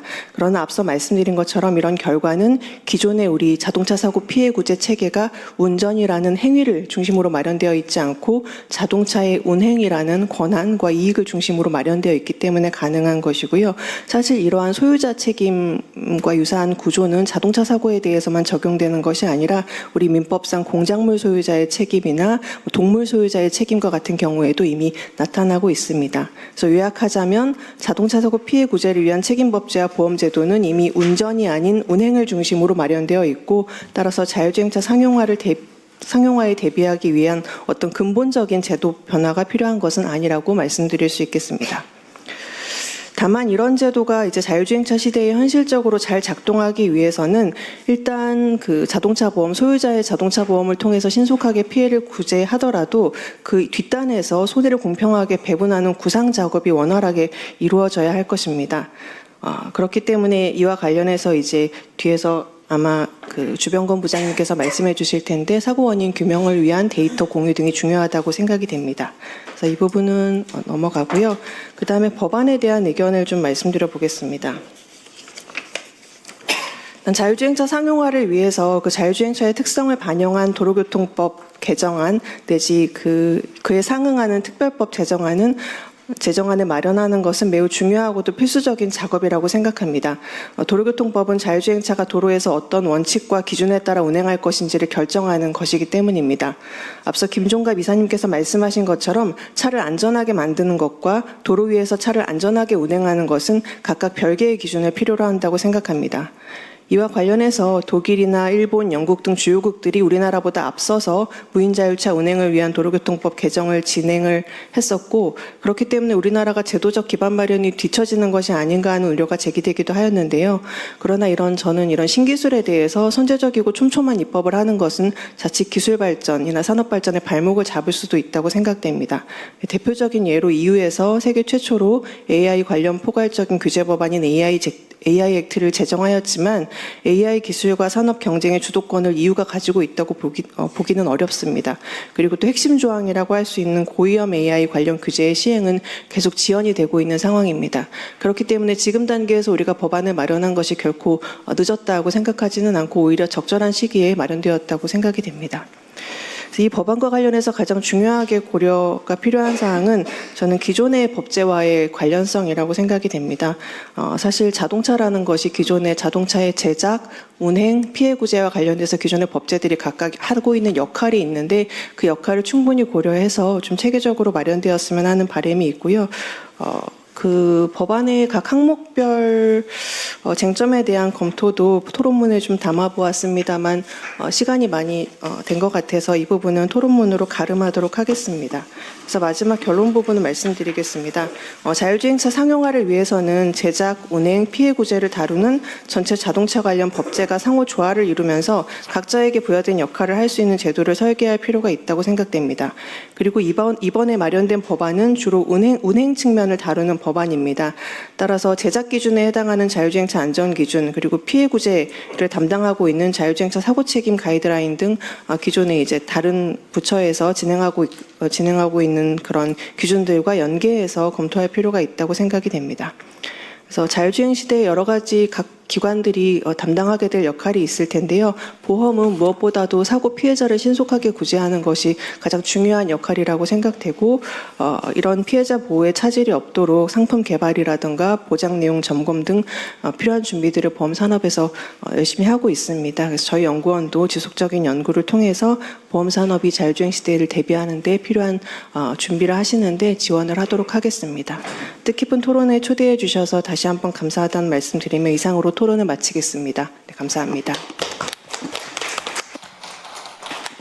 예, 황현아 실장님께서 방금 자율주행차 상용화를 위해서는 제작, 운행, 책임을 다룰 수 있는 자동차 관련 법제 마련, 그다음에 각자에게 부여된 역할을 제대로 할 수 있도록 제도를 설계할 필요성이 있다고 말씀해 주셨습니다. 그리고 우리 이모선 의원님이 대표 발의한 법안에 대한 코멘트도 같이 해주셨습니다.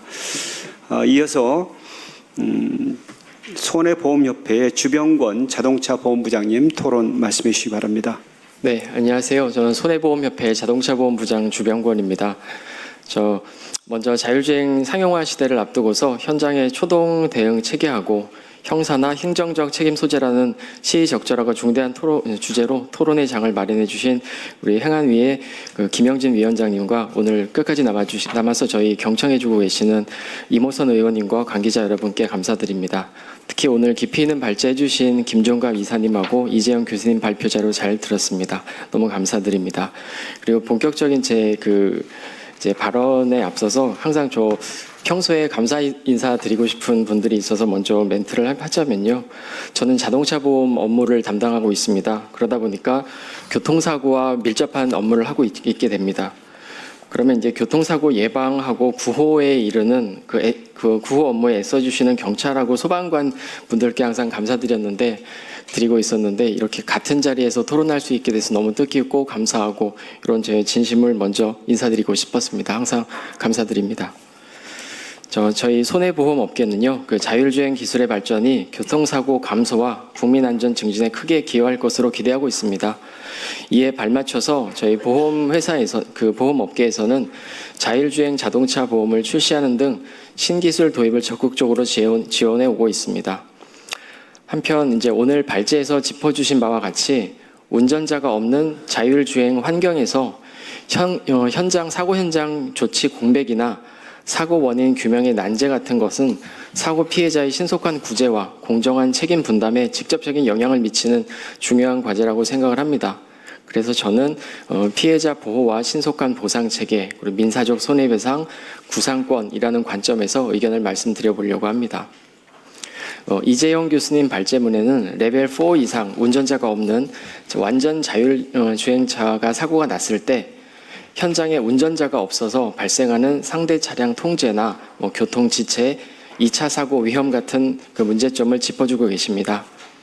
교통사고 현장에서 경찰 또는 소방 공무원들의 즉시 통제나 정지가 불가능하다면 2차 사고로 이어지거나 또는 현장 수습이 지연되면은 결국 피해자의 인적 또는 물적 피해가 확대되게 됩니다. 이것은 결국 자동차 보험에서 추가적인 비용이 지출되는 문제로 귀결되는데요. 혹시 오해가 있으실까봐 부연 설명드리면 여기서 그러면 자동차 보험회사만 손해본다는 뜻으로 얘기하는 거 아니냐라고 얘기하실까봐 부연 설명드리면요.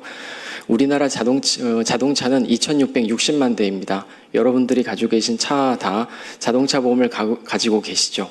자동차 보험을 가입한 자동차 차주분들께서는 보험을 꼭 들어야 됩니다. 보험사에 보험료를 납부하시죠. 그게 기금이 돼서 보험회사는 그 기금을 관리하는 것입니다. 즉 국민들의 돈입니다.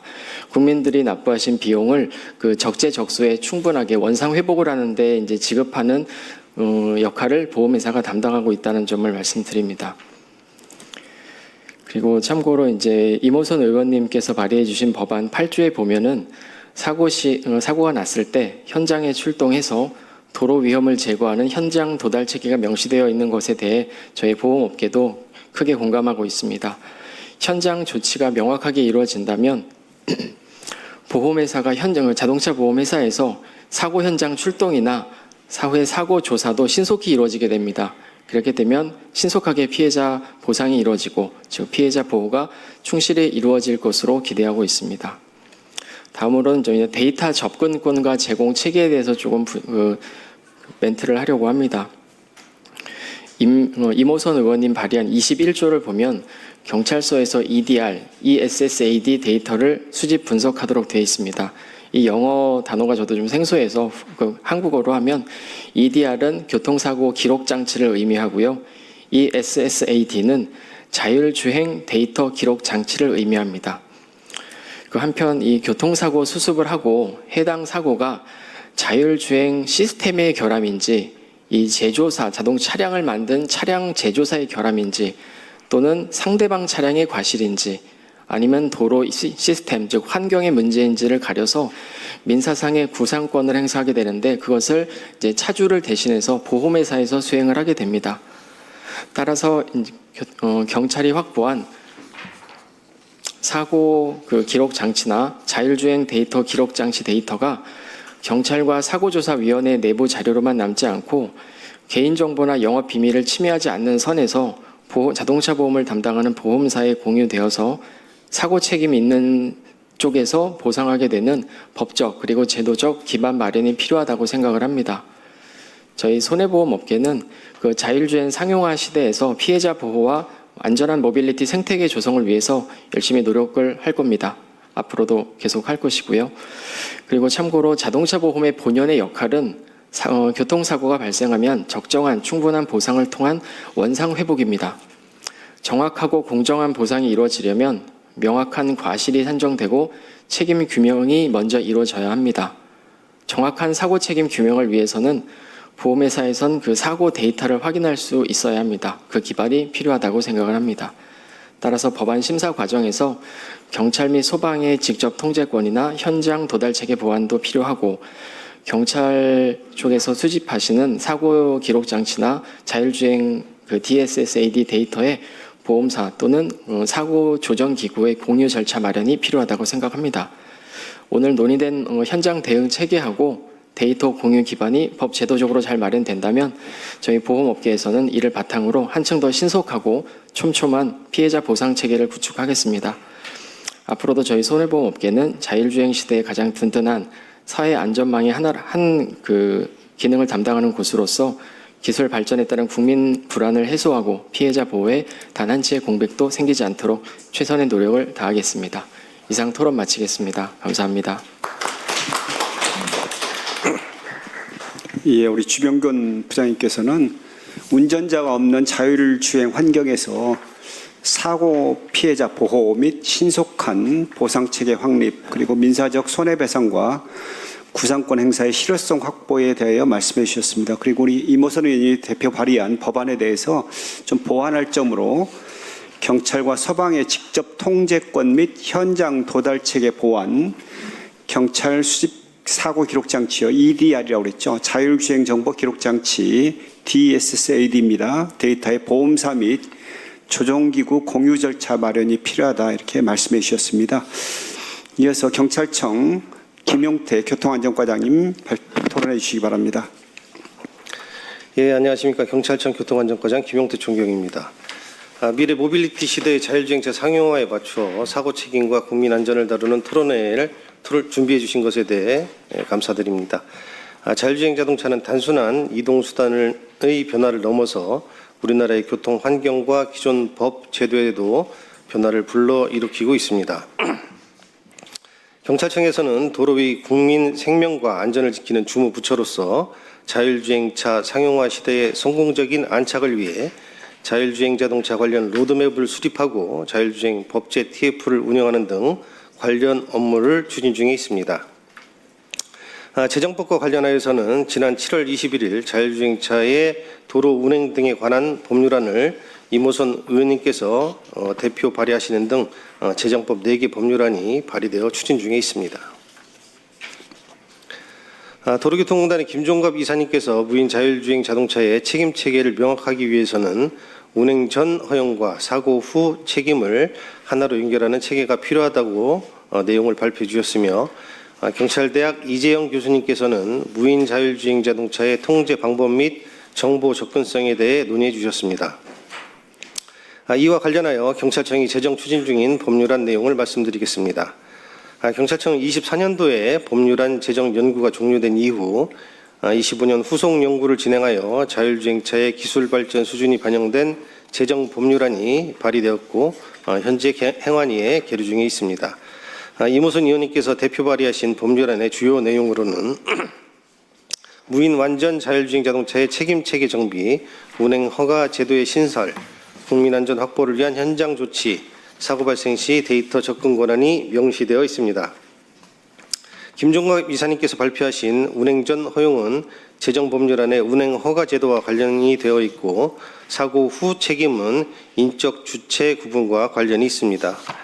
운행 허가 제도는 국토부의 성능 인증, 적합성 승인을 통과한 자율주행 자동차의 실제 도로 운행을 고려하여 공공도로의 공공교통 안전을 확보하기 위한 제도적 장치이고, 인적 주체와 관련하여 제정 법률안에서는 레벨 4 이상의 완전 자율주행 자동차의 경우 운전자의 지위를 제외하고 안전관리자, 운행 책임자, 사업자, 제주자 등의 지위를 신설하고 책임 공백을 차단하기 위해 각 주체별 준수사항을 명시하고 있습니다. 또한 이재영 교수님께서 발표한 무인 자율주행 자동차의 현장 통제 및 데이터 접근 권한과 방식에 대해서도 제정 법률안에 명시가 되어 있습니다. 경찰은 위험 방지, 교통 안전 등을 확보하기 위해 필요한 경우 자율주행 시스템의 운행을 제한하거나 점검을 받도록 명령이 가능하고, 교통안전 확보 및 사고조사를 위해 기술검증에 관한 자료나 차량의 운행 데이터를 수집할 수 있는 등 권한을 부여하게 됩니다. 이외에도 경찰청은 발제 시 추후 보완이 필요하다고 언급되었던 내용에 공감하며 이를 추후에 적극 반영토록 하겠습니다. 사고 등 긴급 상황 발생 시 현장 출동한 소방경찰이 자율주행차의 사업자, 제주자 등과 즉시 소통할 수 있는 현장 긴급 대응 체계 마련과 대시민 통제, 미래형 무인 집행수단인 자율주행 순찰차, 드론, 로봇 등의 등장에 맞추어 무인 집행수단의 법적 효력을 보장하기 위한 근거 마련도 적극 추진하겠습니다. 토론에 초대해 주신 것에 대해 다시 한번 깊은 감사의 말씀을 드립니다. 경찰청은 자율주행 시대의 법제도가 기술 발전과 도로교통 안전의 균형을 이룰 수 있도록 노력하겠습니다. 국회와 협력하여 법안에 차질 없이 통과될 수 있도록 최선을 다하고 법안 통과 이후에도 현장 제언들을 반영하는 정책을 지속적으로 추진하겠습니다. 감사합니다. 예, 감사합니다. 우리 김용태 과장님께서는 주로 이 법안을 직접 연구하고 이렇게 진행을 하고 있습니다. 오늘 발표하신 내용 또 토론한 내용을 중심으로 법안을 보완할 사항이 있으면 보완해 나가겠다고 말씀해 주셨습니다. 이어서 소방청의 이태키 구조과장님 말씀해 주십시오. 안녕하십니까. 구조 재난 분야를 맡은 소방청 구조과장입니다. 먼저 자율주행 상용화가 초고령 사회에 진입한 대한민국 국민의 삶의 질을 높이고 그리고 우리 경제 경제 성장축이 되기를 대한민국 국민의 한 사람으로서 진심으로 기원합니다. 그리고 이러한 중차대한 시기에 의미 있는 토론회를 마련해 주신 점 깊이 감사를 드립니다. 이 자리에 오기 전 이모선 의원님께서 대표 발의하신 자율주행 자동차의 도로운행 등에 관한 법률안을 미리 살펴봤습니다. 그리고 소방이 교통체계의 기술적 대전환기에 수행해야 할 역할이 무엇일지, 현장은 어떻게 변할지도 한번 고민해 봤는데요. 다만 자율주행과 관련된 세부 기술이 아직 정립되지 않은 시점이라 조심스러운 가운데 현재의 지식 경험 수준에서 검토해 본 점 양해해 주실 것을 당부드립니다. 책자에 있는 내용을 참고해 주시면 되겠습니다. 먼저 자율주행 시대의 교통사고 현장이 어떻게 변화되는지를 한번 상상해 봐야 됩니다.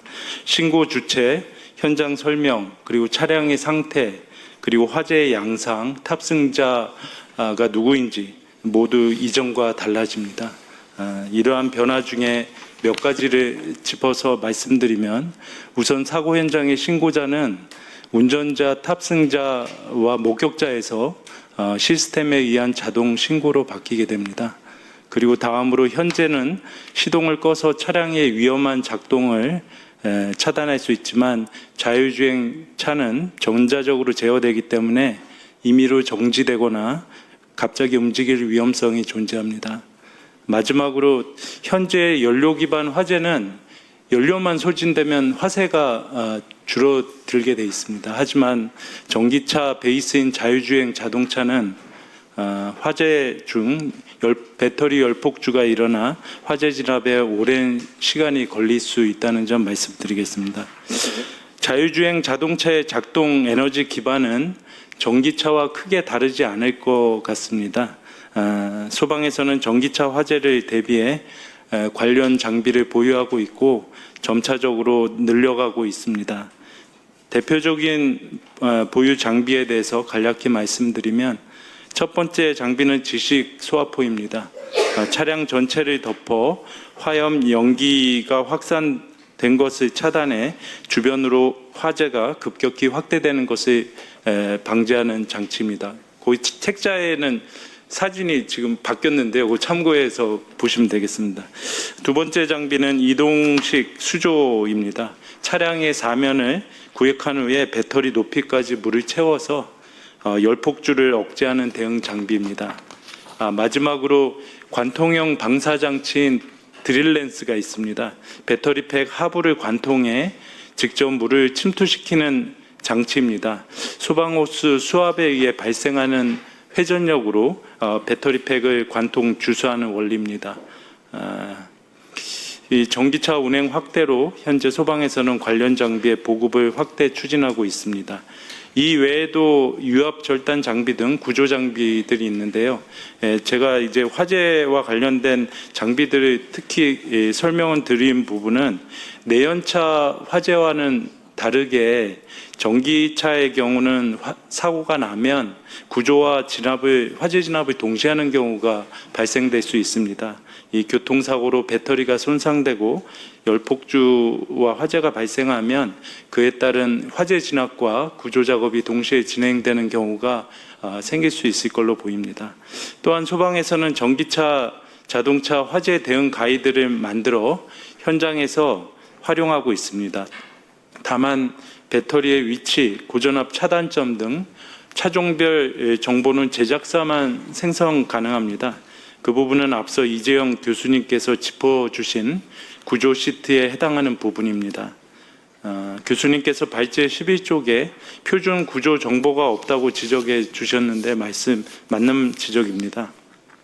구조 시트는 차 한 대를 한 장 또는 여러 장으로 그려서 배터리가 어디에 있고, 그리고 어디를 조치해야 전기가 죽고 어디를 절단하면 안 되는지 등 현장 정보와 관련된 중요한 내용을 담은 그림입니다. 이 서식은 국제표준 ISO 17840이 정해두었습니다. 그리고 미국은 연방 규정을 만들어서 제작사가 차를 팔기 전에 이 서식을 작성해 정부에 제출하도록 했습니다. 유럽은 1550개 차종 모델별 구조 시트를 무료 앱을 통해 대원들에게 제공하고 있습니다.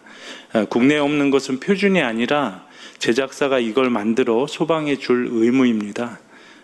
이 구조 정보 시트는 차를 설계한 제작사만 만들 수 있기 때문입니다. 소방에서는 자율주행 자동차의 도로 운행 등에 관한 법률안 추진과 관련해서 세 가지를 검토 요청드리는데요.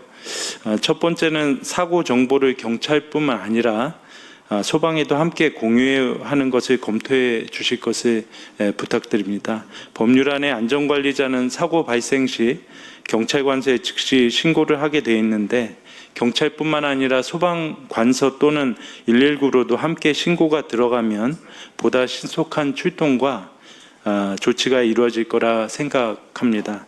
실무적으로 이미 112와 119가 공조를 하고 있습니다. 신고 대상에 소방이 누락되면 대응의 속도가 자칫 늦어질 수 있어 보입니다. 두 번째는 구조 시트를 제작사가 소방에서 제공하도록 법률안에 넣는 것을 검토 부탁드립니다.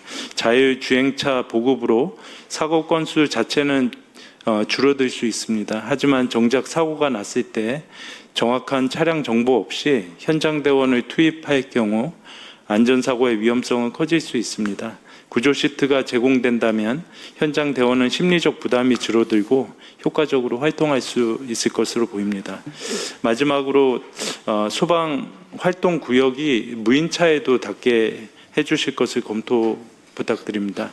소방기본법에는 소방대장이 소방활동구역을 정해 출입을 제한할 수 있게 하고 있습니다. 그런데 제한의 상대는 사람입니다. 운전자가 없는 차는 사각지대에 해당하는데요. 마침 법률안의 경찰에서 교통정보센터를 통해 자율주행 시스템이 전자적으로 수신할 수 있는 정보를 제공할 수 있도록 하고 있습니다.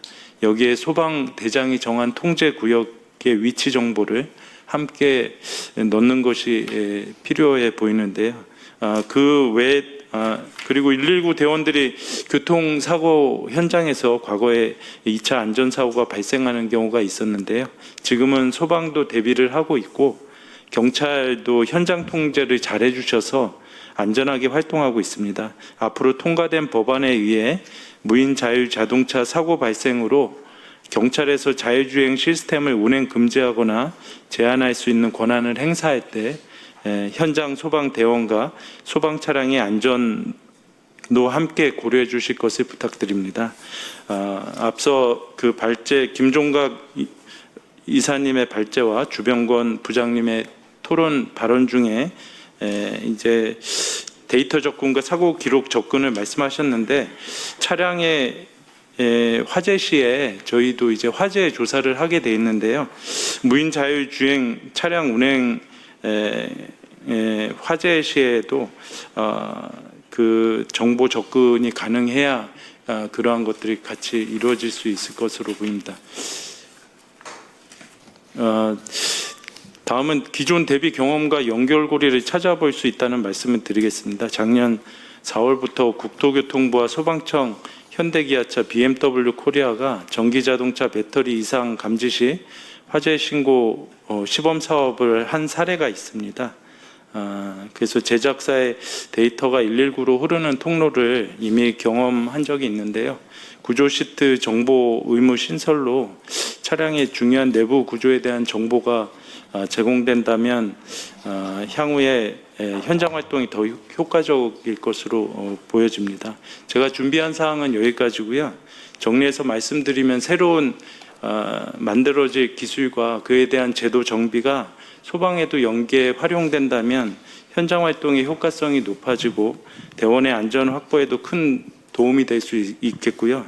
그러한 시도들이 자율주행 상용화 이후에도 국민의 안전 제고와 삶의 질 향상에 궁극적으로 기여할 수 있을 것으로 보입니다.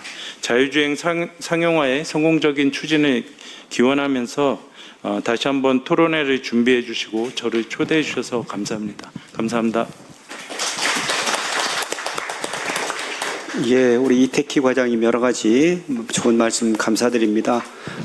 우리 이모선 의원님이 대표 발의한 법률안에 대해서 몇 가지 신고 상대가 경찰로 돼 있는데 소방관서도 좀 병기해 달라는 문, 그다음에 긴급 구조기관의 구조 시트 제공 의무 신설이라든지 교통정보 제공 경로에 소방활동구역 좌표 탑재 이런 부분들을 좀 보완해 주셨으면 하는 말씀이셨습니다. 제가 12시간인데 조금 시간 여유가 있어서요. 혹시 플로어에 나오신 분 중에 질문도 좋고요. 코멘트도 좋습니다. 질문을 하실 경우에는 발제자나 토론자분을 좀 지명해서 말씀을 부탁드리겠습니다. 혹시 말씀해 주실 분 있으면 손 들어주시면 마이크 보내드리겠습니다.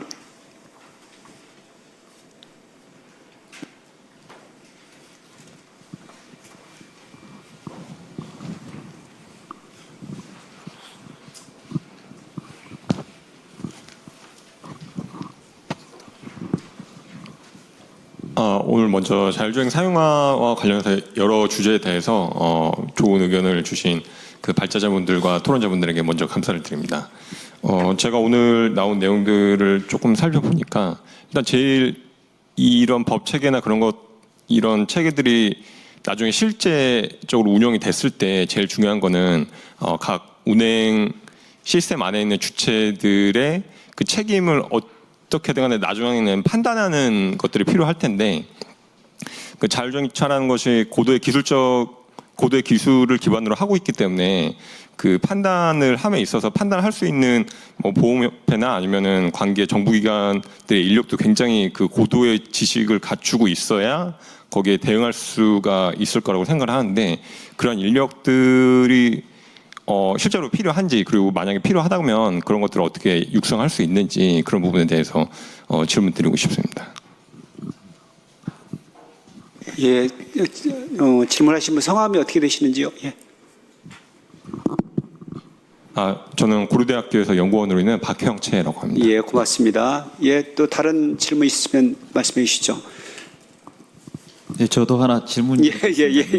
저 이재용 교수님께 드릴 건데요. 아까 대시민 통제라는 용어를 쓰셨습니다. 네, 현행법상 이제 자연인 중심에서 이제 법 집행관들이 그 작업을 하시잖아요. 경찰관이나 소방관이나. 근데 향후에는 아마 추정컨대 AI 기반의 어떤 로봇이 되든 뭐가 되든 간에 어떤 그 자연인이 아닌 그런 그 뭐랄까 AI에 의해서 저희가 통제를 받게 되는데 가장 중요한 거는 국민들의 수용성이 과연 얼마나 있을 것인가 내지는 거기에서 발생하는 오류가 자연인이 발생하는 오류에 대해서 어떤 책임 소지가 굉장히 상이할 것 같거든요.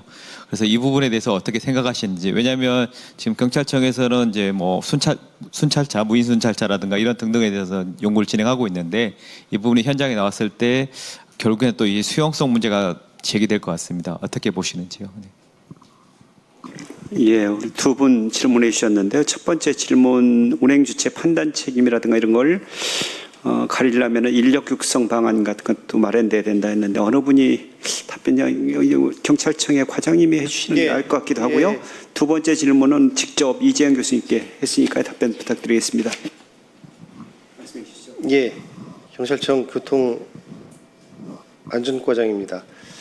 그 사고가 났을 때 통상적인 사고 조사는 일반 차량의 사고 조사와 가피 구분은 뭐 특별한 게 없을 겁니다. 다만 그 사고에 대한 책임의 문제죠. 그래서 이제 지금 이 법제에 나와 있는 게 운행 책임자 그리고 안전관리자 그리고 자율주행 사업자 제조자에 대한 책임을 나누어 놨습니다. 그래서 그 운전석이 있는 레벨 4의 완전 자율주행차의 경우에는 운행 책임자가 그 사고에 대한 책임을 갖다 지게 되고 그리고 이 운전석이 앉지 않는 차와 같은 경우에는 이 운행 전 그리고 운행 중 그리고 운행 후에 그 체계를 관리하는 안전관리자가 그런 책임을 갖다 또 지게 됩니다. 그리고 이제 사업자 같은 경우에는 저희가 사업을 하면서 그 운행 데이터의 저장이라든지 관리 뭐 이런 거에 대한 관에 대한 제출 뭐 이런 거에 대해서 그 미비점이 있거나 했을 때는 또 그거에 대해서 벌칙 조항이 있고 뭐 이런 식으로다가 지금 진행이 되거든요. 그래서 지금 저희가 그것과 관련해서 이제 사고의 책임에 대해서 누가 질 건가에 대해서 지금 지속적으로 지금 법안을 하면서 저희도 지금 연구 중에 있는데 그런 방향으로 운전자가 없기 때문에 그런 방향으로 지금 준비를 하고 있다는 거 말씀드립니다. 이상입니다.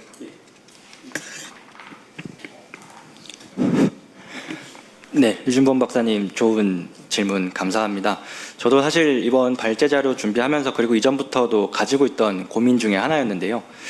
사실 자율주행에 대해서 저보다 더 전문가분들이 많겠지만 제가 알기로 이미 핵심 기술은 2010년대 초중반에 대부분이 구축이 되어 있고 그 당시에도 뭐 향후 5년 안에 이제 인간 운전자는 없어질 것이다 이렇게 이제 많이 예측을 했는데 2026년 현재도 아직 상용화가 본격적으로 되기에는 여러 가지 제도적인 장벽이 있고 그 중에 핵심적인 장벽이 말씀해주신 국민과 시민들의 수용성 문제라고 생각을 합니다. 일반 차량의 자율주행 문제에 대해서도 사실 앞서 자율주행 정보 기록 장치에 대한 부분이 이번 법률안에도 포함이 되어 있지만 그 현재 확보되어 있는 기록 장치의 핵심 요소는 레벨 3 자율주행으로 알고 있습니다. 즉 사고가 나기 전 단계에서 제어권이 운전자한테 넘어가 있었는데 운전자가 잘못한 것이냐 아니면 차량이 제어권을 가지고 있는데 그 상태로 사고가 난 것이냐 이런 것들을 가리는 게 핵심 요 기록 장치에 담고 있는 데이터라고 생각하는데 더 나아가서 이제 레벨 4 단계 이상에 되면은 애초에 이제 운전자는 운전에 대해서 책임에서 벗어나기 때문에 왜 그 자율주행 차량이 그 상황에서 그렇게 운전했는지에 대한 설명 가능한 기록 장치가 필요할 것입니다. 근데 그 부분이 지금 블랙박스라고 생각을 하고 있는데요.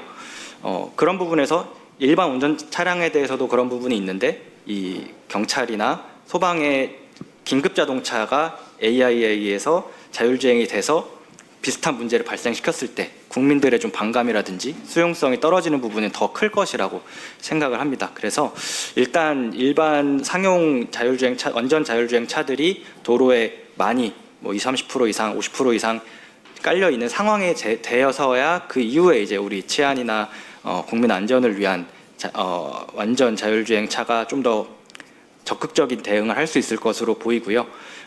관련해서 오류가 발생할 경우에 책임 소재적 문제가 되는데 제가 알기로 지금 경찰청에서 추진하고 있는 연구 과제에서도 결국은 AI가 포착한 교통법규 위반이라든지 여러 문제 상황에 대해서 최종적으로는 인간 경찰관이 판단을 하는 식으로 검토하고 있는 것으로 알고 있습니다.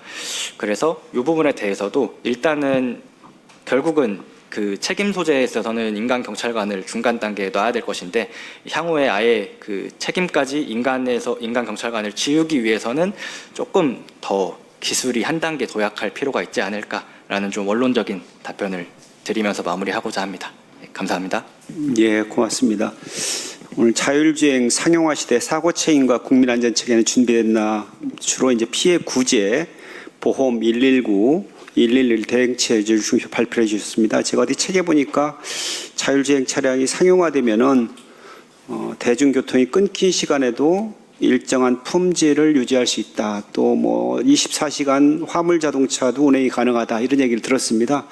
그럼 버스 운전자나 트럭 운전자도 일자리가 박탈될지도 모르겠다. 이런 생각도 해봤고요. 오늘 이제 토론회를 마치면서 오늘 주최해 주신 우리 이모선 국회의원님 말씀을 한번 말씀을 한번 질문 예. 의원님 질문 예.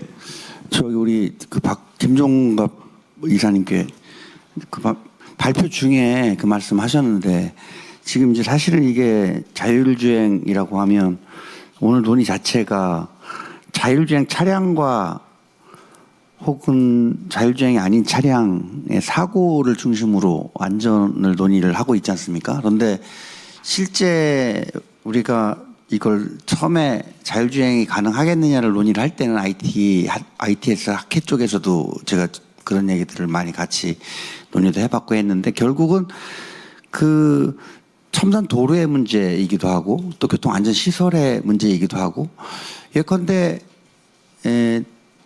회전교차로가 만들어져 있는데 이제 요즘 교통 문화가 많이 바뀌고 있거든요. 구조적으로는 시골 같은 경우에 그 회전교차로를 많이 만들어요. 근데 어느 순간 만들어져 있죠.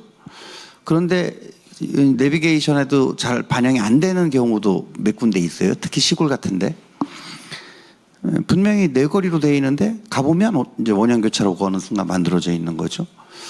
또 신호등이 어느 날 갑자기 만들어진 거예요. 이런 경우가 또 있거든요. 그렇다면 이게 차 대 사람의 문제나 차 대 차의 문제가 아니라 사고가 결국은 도로와 안전 시설물하고의 문제라고 하는 지금 사고 유형하고는 전혀 다른 또 하나의 변수가 개입이 될 수밖에 없는데 이 문제에 대해서 사실은 앞서 그 발표 중에 다 약간의 언급은 있었는데 저는 이게 이 차원의 문제가 지금 저희가 접하고 있는 사고라면 이제는 차원이 하나 더 늘어나는 정도의 문제일 수밖에 없다. 뭐 경찰교통에서도 당연히 이 부분에 대한 추가적인 검토나 대비가 있어야 될 거로 생각이 되는데 이 부분에 대한 저의 고민을 어떻게 이해를 하고 또 담아낼 수 있는 부분이 있다면 말씀 부탁드리겠습니다. 예, 김용화입니다. 좋은 질문 주셔서 감사합니다. 저 역시 이제 지금 말씀하신 부분에 대해서 깊이 공감하고 있습니다. 지금 이제 오늘 논의가 이제 상용화에 이제 초점을 맞춘 논의입니다. 이제 기존의 어떤 시험 운행이라든가 뭐 어떤 차량을 테스트하는 이런 관점이 아니라 뭐 예를 들어서 이제 뭐 중국의 이제 폰이라든가 이제 웨이모가 내년에 뭐 판교 같은 데서 자율차를 한 300대 정도 가지고 그 상업 서비스를 하겠다고 신청을 하면 여기에 대해서 우리가 어떻게 대응할 것이냐 뭐 이런 문제가 이제 어떤 논의의 이제 핵심이겠죠. 그렇다고 했을 때 지금 현재의 우리의 대응 체계에서 제가 느끼는 가장 큰 문제점은 운행을 허가받은 이후에 관리 체계가 지금 마련되어 있지 않다라는 것이거든요.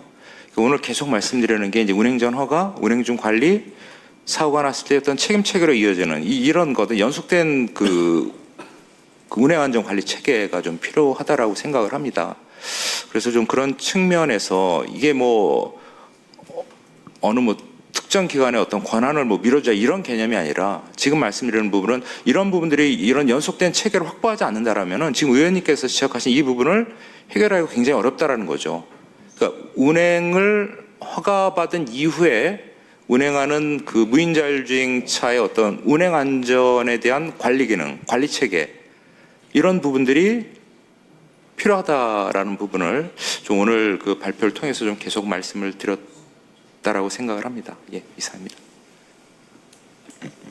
예, 오늘 정책 토론회 오늘 발표해 주신 우리 김종갑 이사님, 이재용 교수님, 또 토론해 주신 황현아 실장님, 주병권 부장님, 김용태 과장님, 이태규 과장님께 깊이 감사드립니다. 그리고 함께해 주신 모든 분들께 고맙다는 말씀 드리고요. 무더위 건강하게 지내시기 바랍니다. 우리 의원님 마지막으로 멘트 한번 해주십시오.